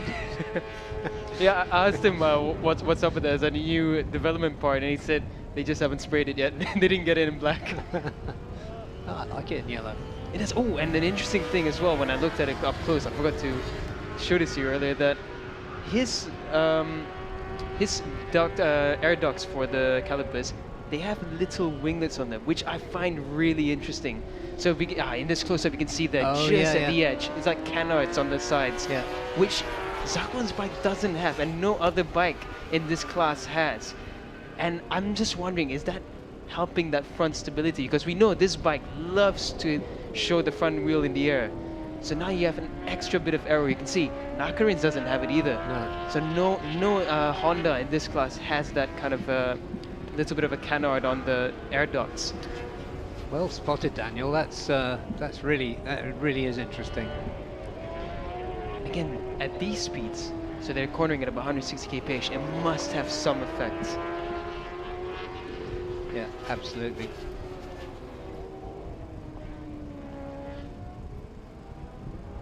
So all this technology, it's interesting to see how it affects a rider's ability on the bike, because it changes the character.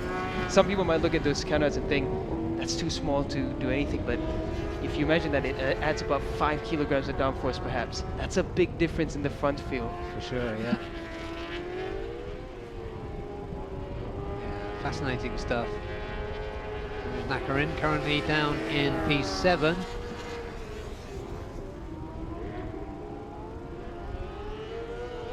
Oh, as aggressive as ever over the rumble strip.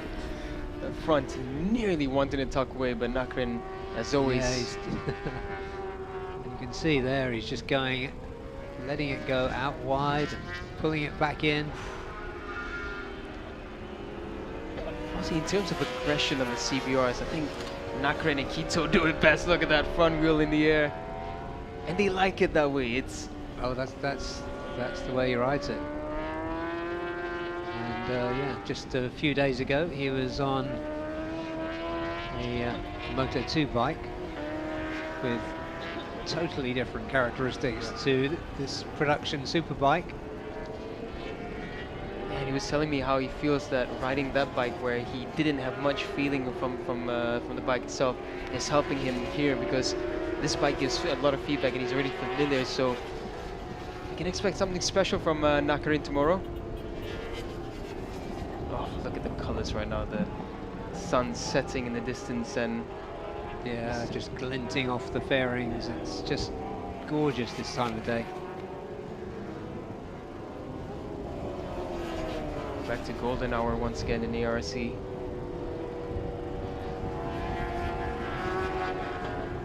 Zakuan Zaidi trying to find a little bit of improvement, but look at how small the gap is now between the top 8. It's 4/10. Lachlan Efes as well. Must give him some credit. He's not too far off. He's only a second off. He's come out again to look for some improvements. Recovering Andy Farid. Still trying to find his way around. Joe Francis hasn't done much in the session. It looks like they're going through a bit of an issue with the bike. He's come out about a few times, but not really set any laps.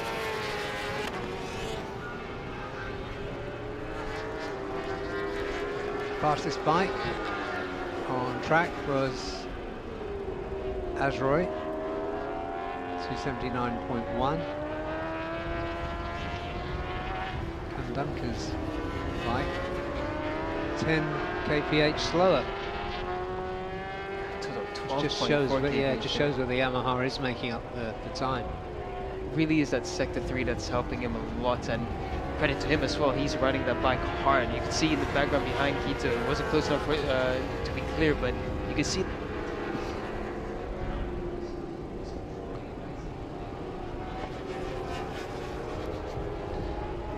Yeah, I think so too. And comparing him with Kito Abe, Kito seemed to be working his Honda harder.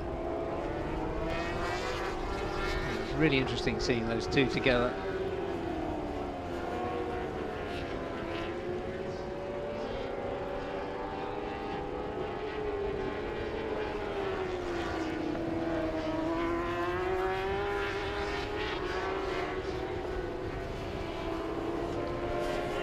Francis has had a quiet one.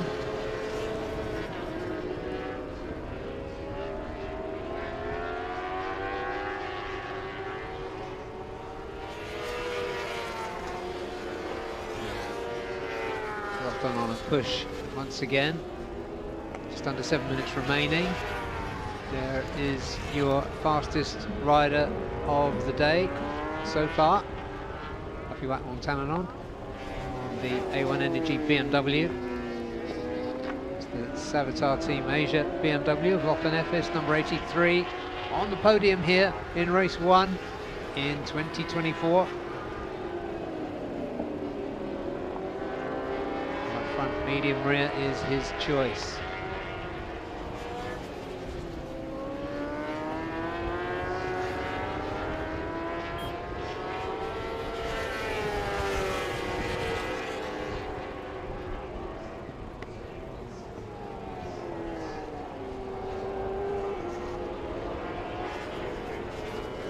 Also coming out for a late run is Hafiz. So maybe trying a few more things out. He's been in the pits for a while.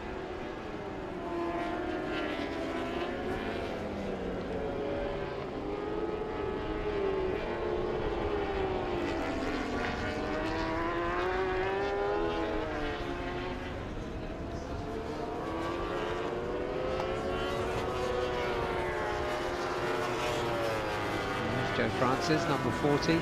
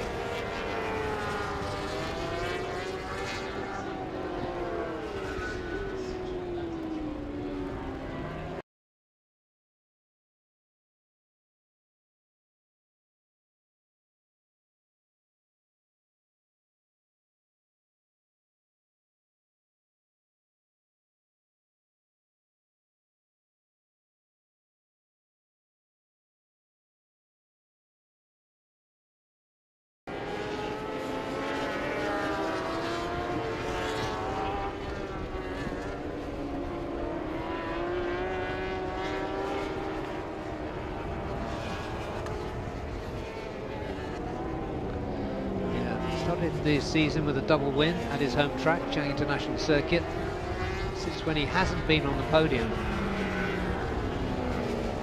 Let's take a look here, improving.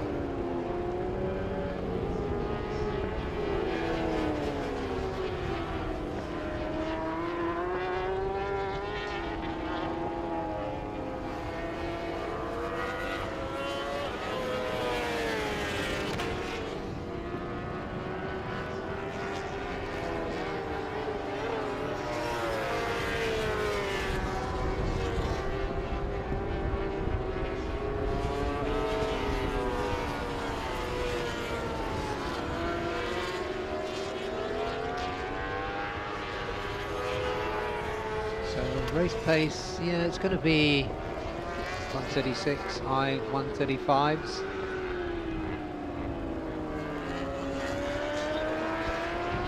Duat, 24, Joe Francis, number 40. Got this lap and another one to tuck away before the last checkered flag of the day comes out.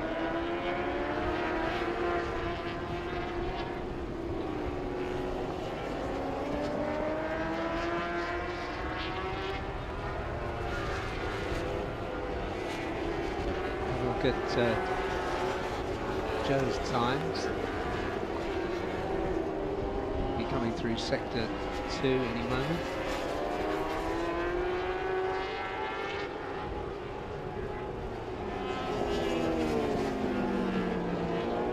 Joe Francis running hard front, hard rear.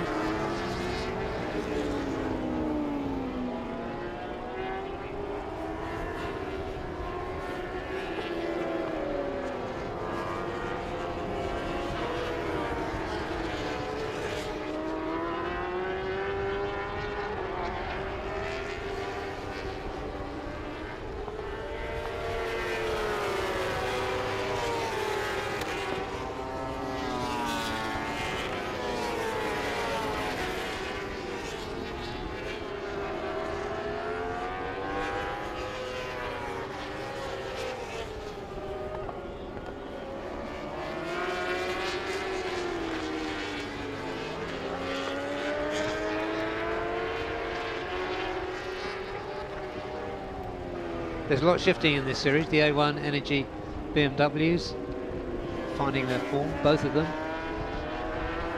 Is looking really, I think he's looking really good on that Panigale for JDT.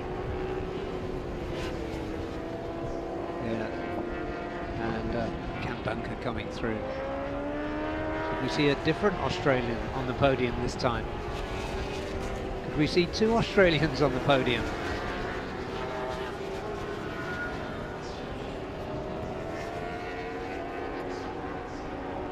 Riders who have not really found their way finally come together with the team, start contesting for top positions, and it looks like it's starting to happen.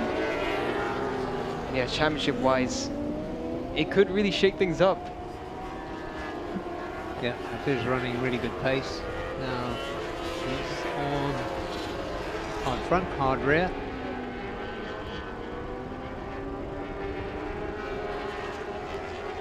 Qualifying is going to be really interesting tomorrow to see whether they come out early on the qualifying tyres and then go for a race setup, or do it the other way around.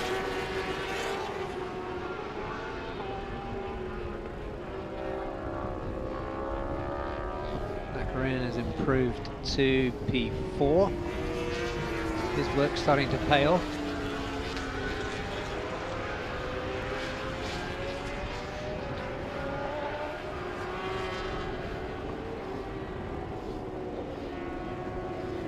Sharon now with the new top speed, 281.2 kilometers per hour.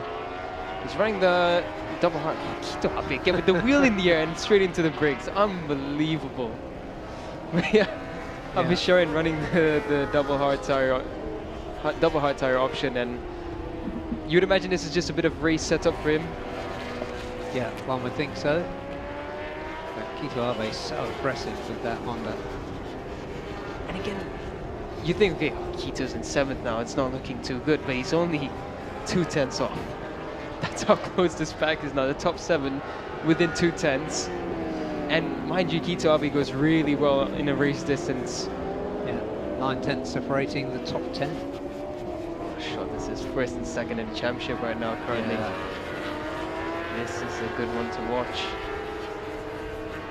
We saw this in Motegi in race 2 between Kito Abe and Hafiz Sharin, and maybe this is just an image of what might happen this week for race 1 or race 2. Will Hafiz and Kito run away again at the front, and then have a final lap battle? Will there be 7 riders in the mix? They could easily be. Look at the quality in this field.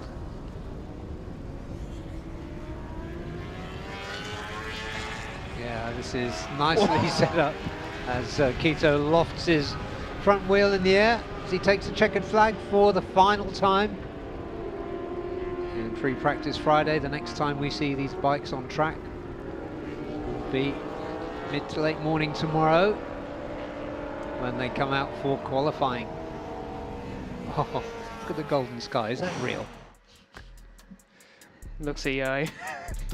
Well, there is Apiwat Wongtananon on the A1 Energy BMW. He did the fastest lap of that session, 1:35.592 for the Thai rider. And on a 1:35.6 was Hafiz Shirin Abdullah for JDT Racing Team. And then it was the brilliant 17-year-old Cameron Dunker on the MotoGo Yamaha was 3rd. Then Nakarina Terapupapat improved throughout that session. Aslan Shah Kamaruzaman, he's been fantastic today, 1:35.8. Azrai Hakim Anwar for Idemitsu Honda Racing Malaysia, 6th. 7th, Kito Abe, championship leader. And 8th was Zakwan Zaidi, another championship contender. 9th was Lachlan Effis. 10th was Andy Farid Izdihar, just under 9/10 of a second separating that top 10. And then it was Joe Francis on a 1:38.4. And Choyu Zhou for Savitar Team Asia on a 1:46.018.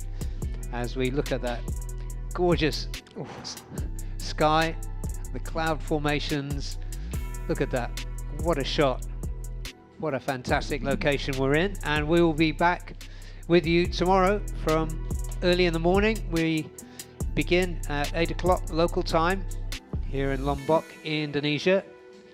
So we'll be live from 5 to 8, which will be Daniel's introduction, and we'll be on track from 8 o'clock through to midday with qualifying and then racing in the afternoon.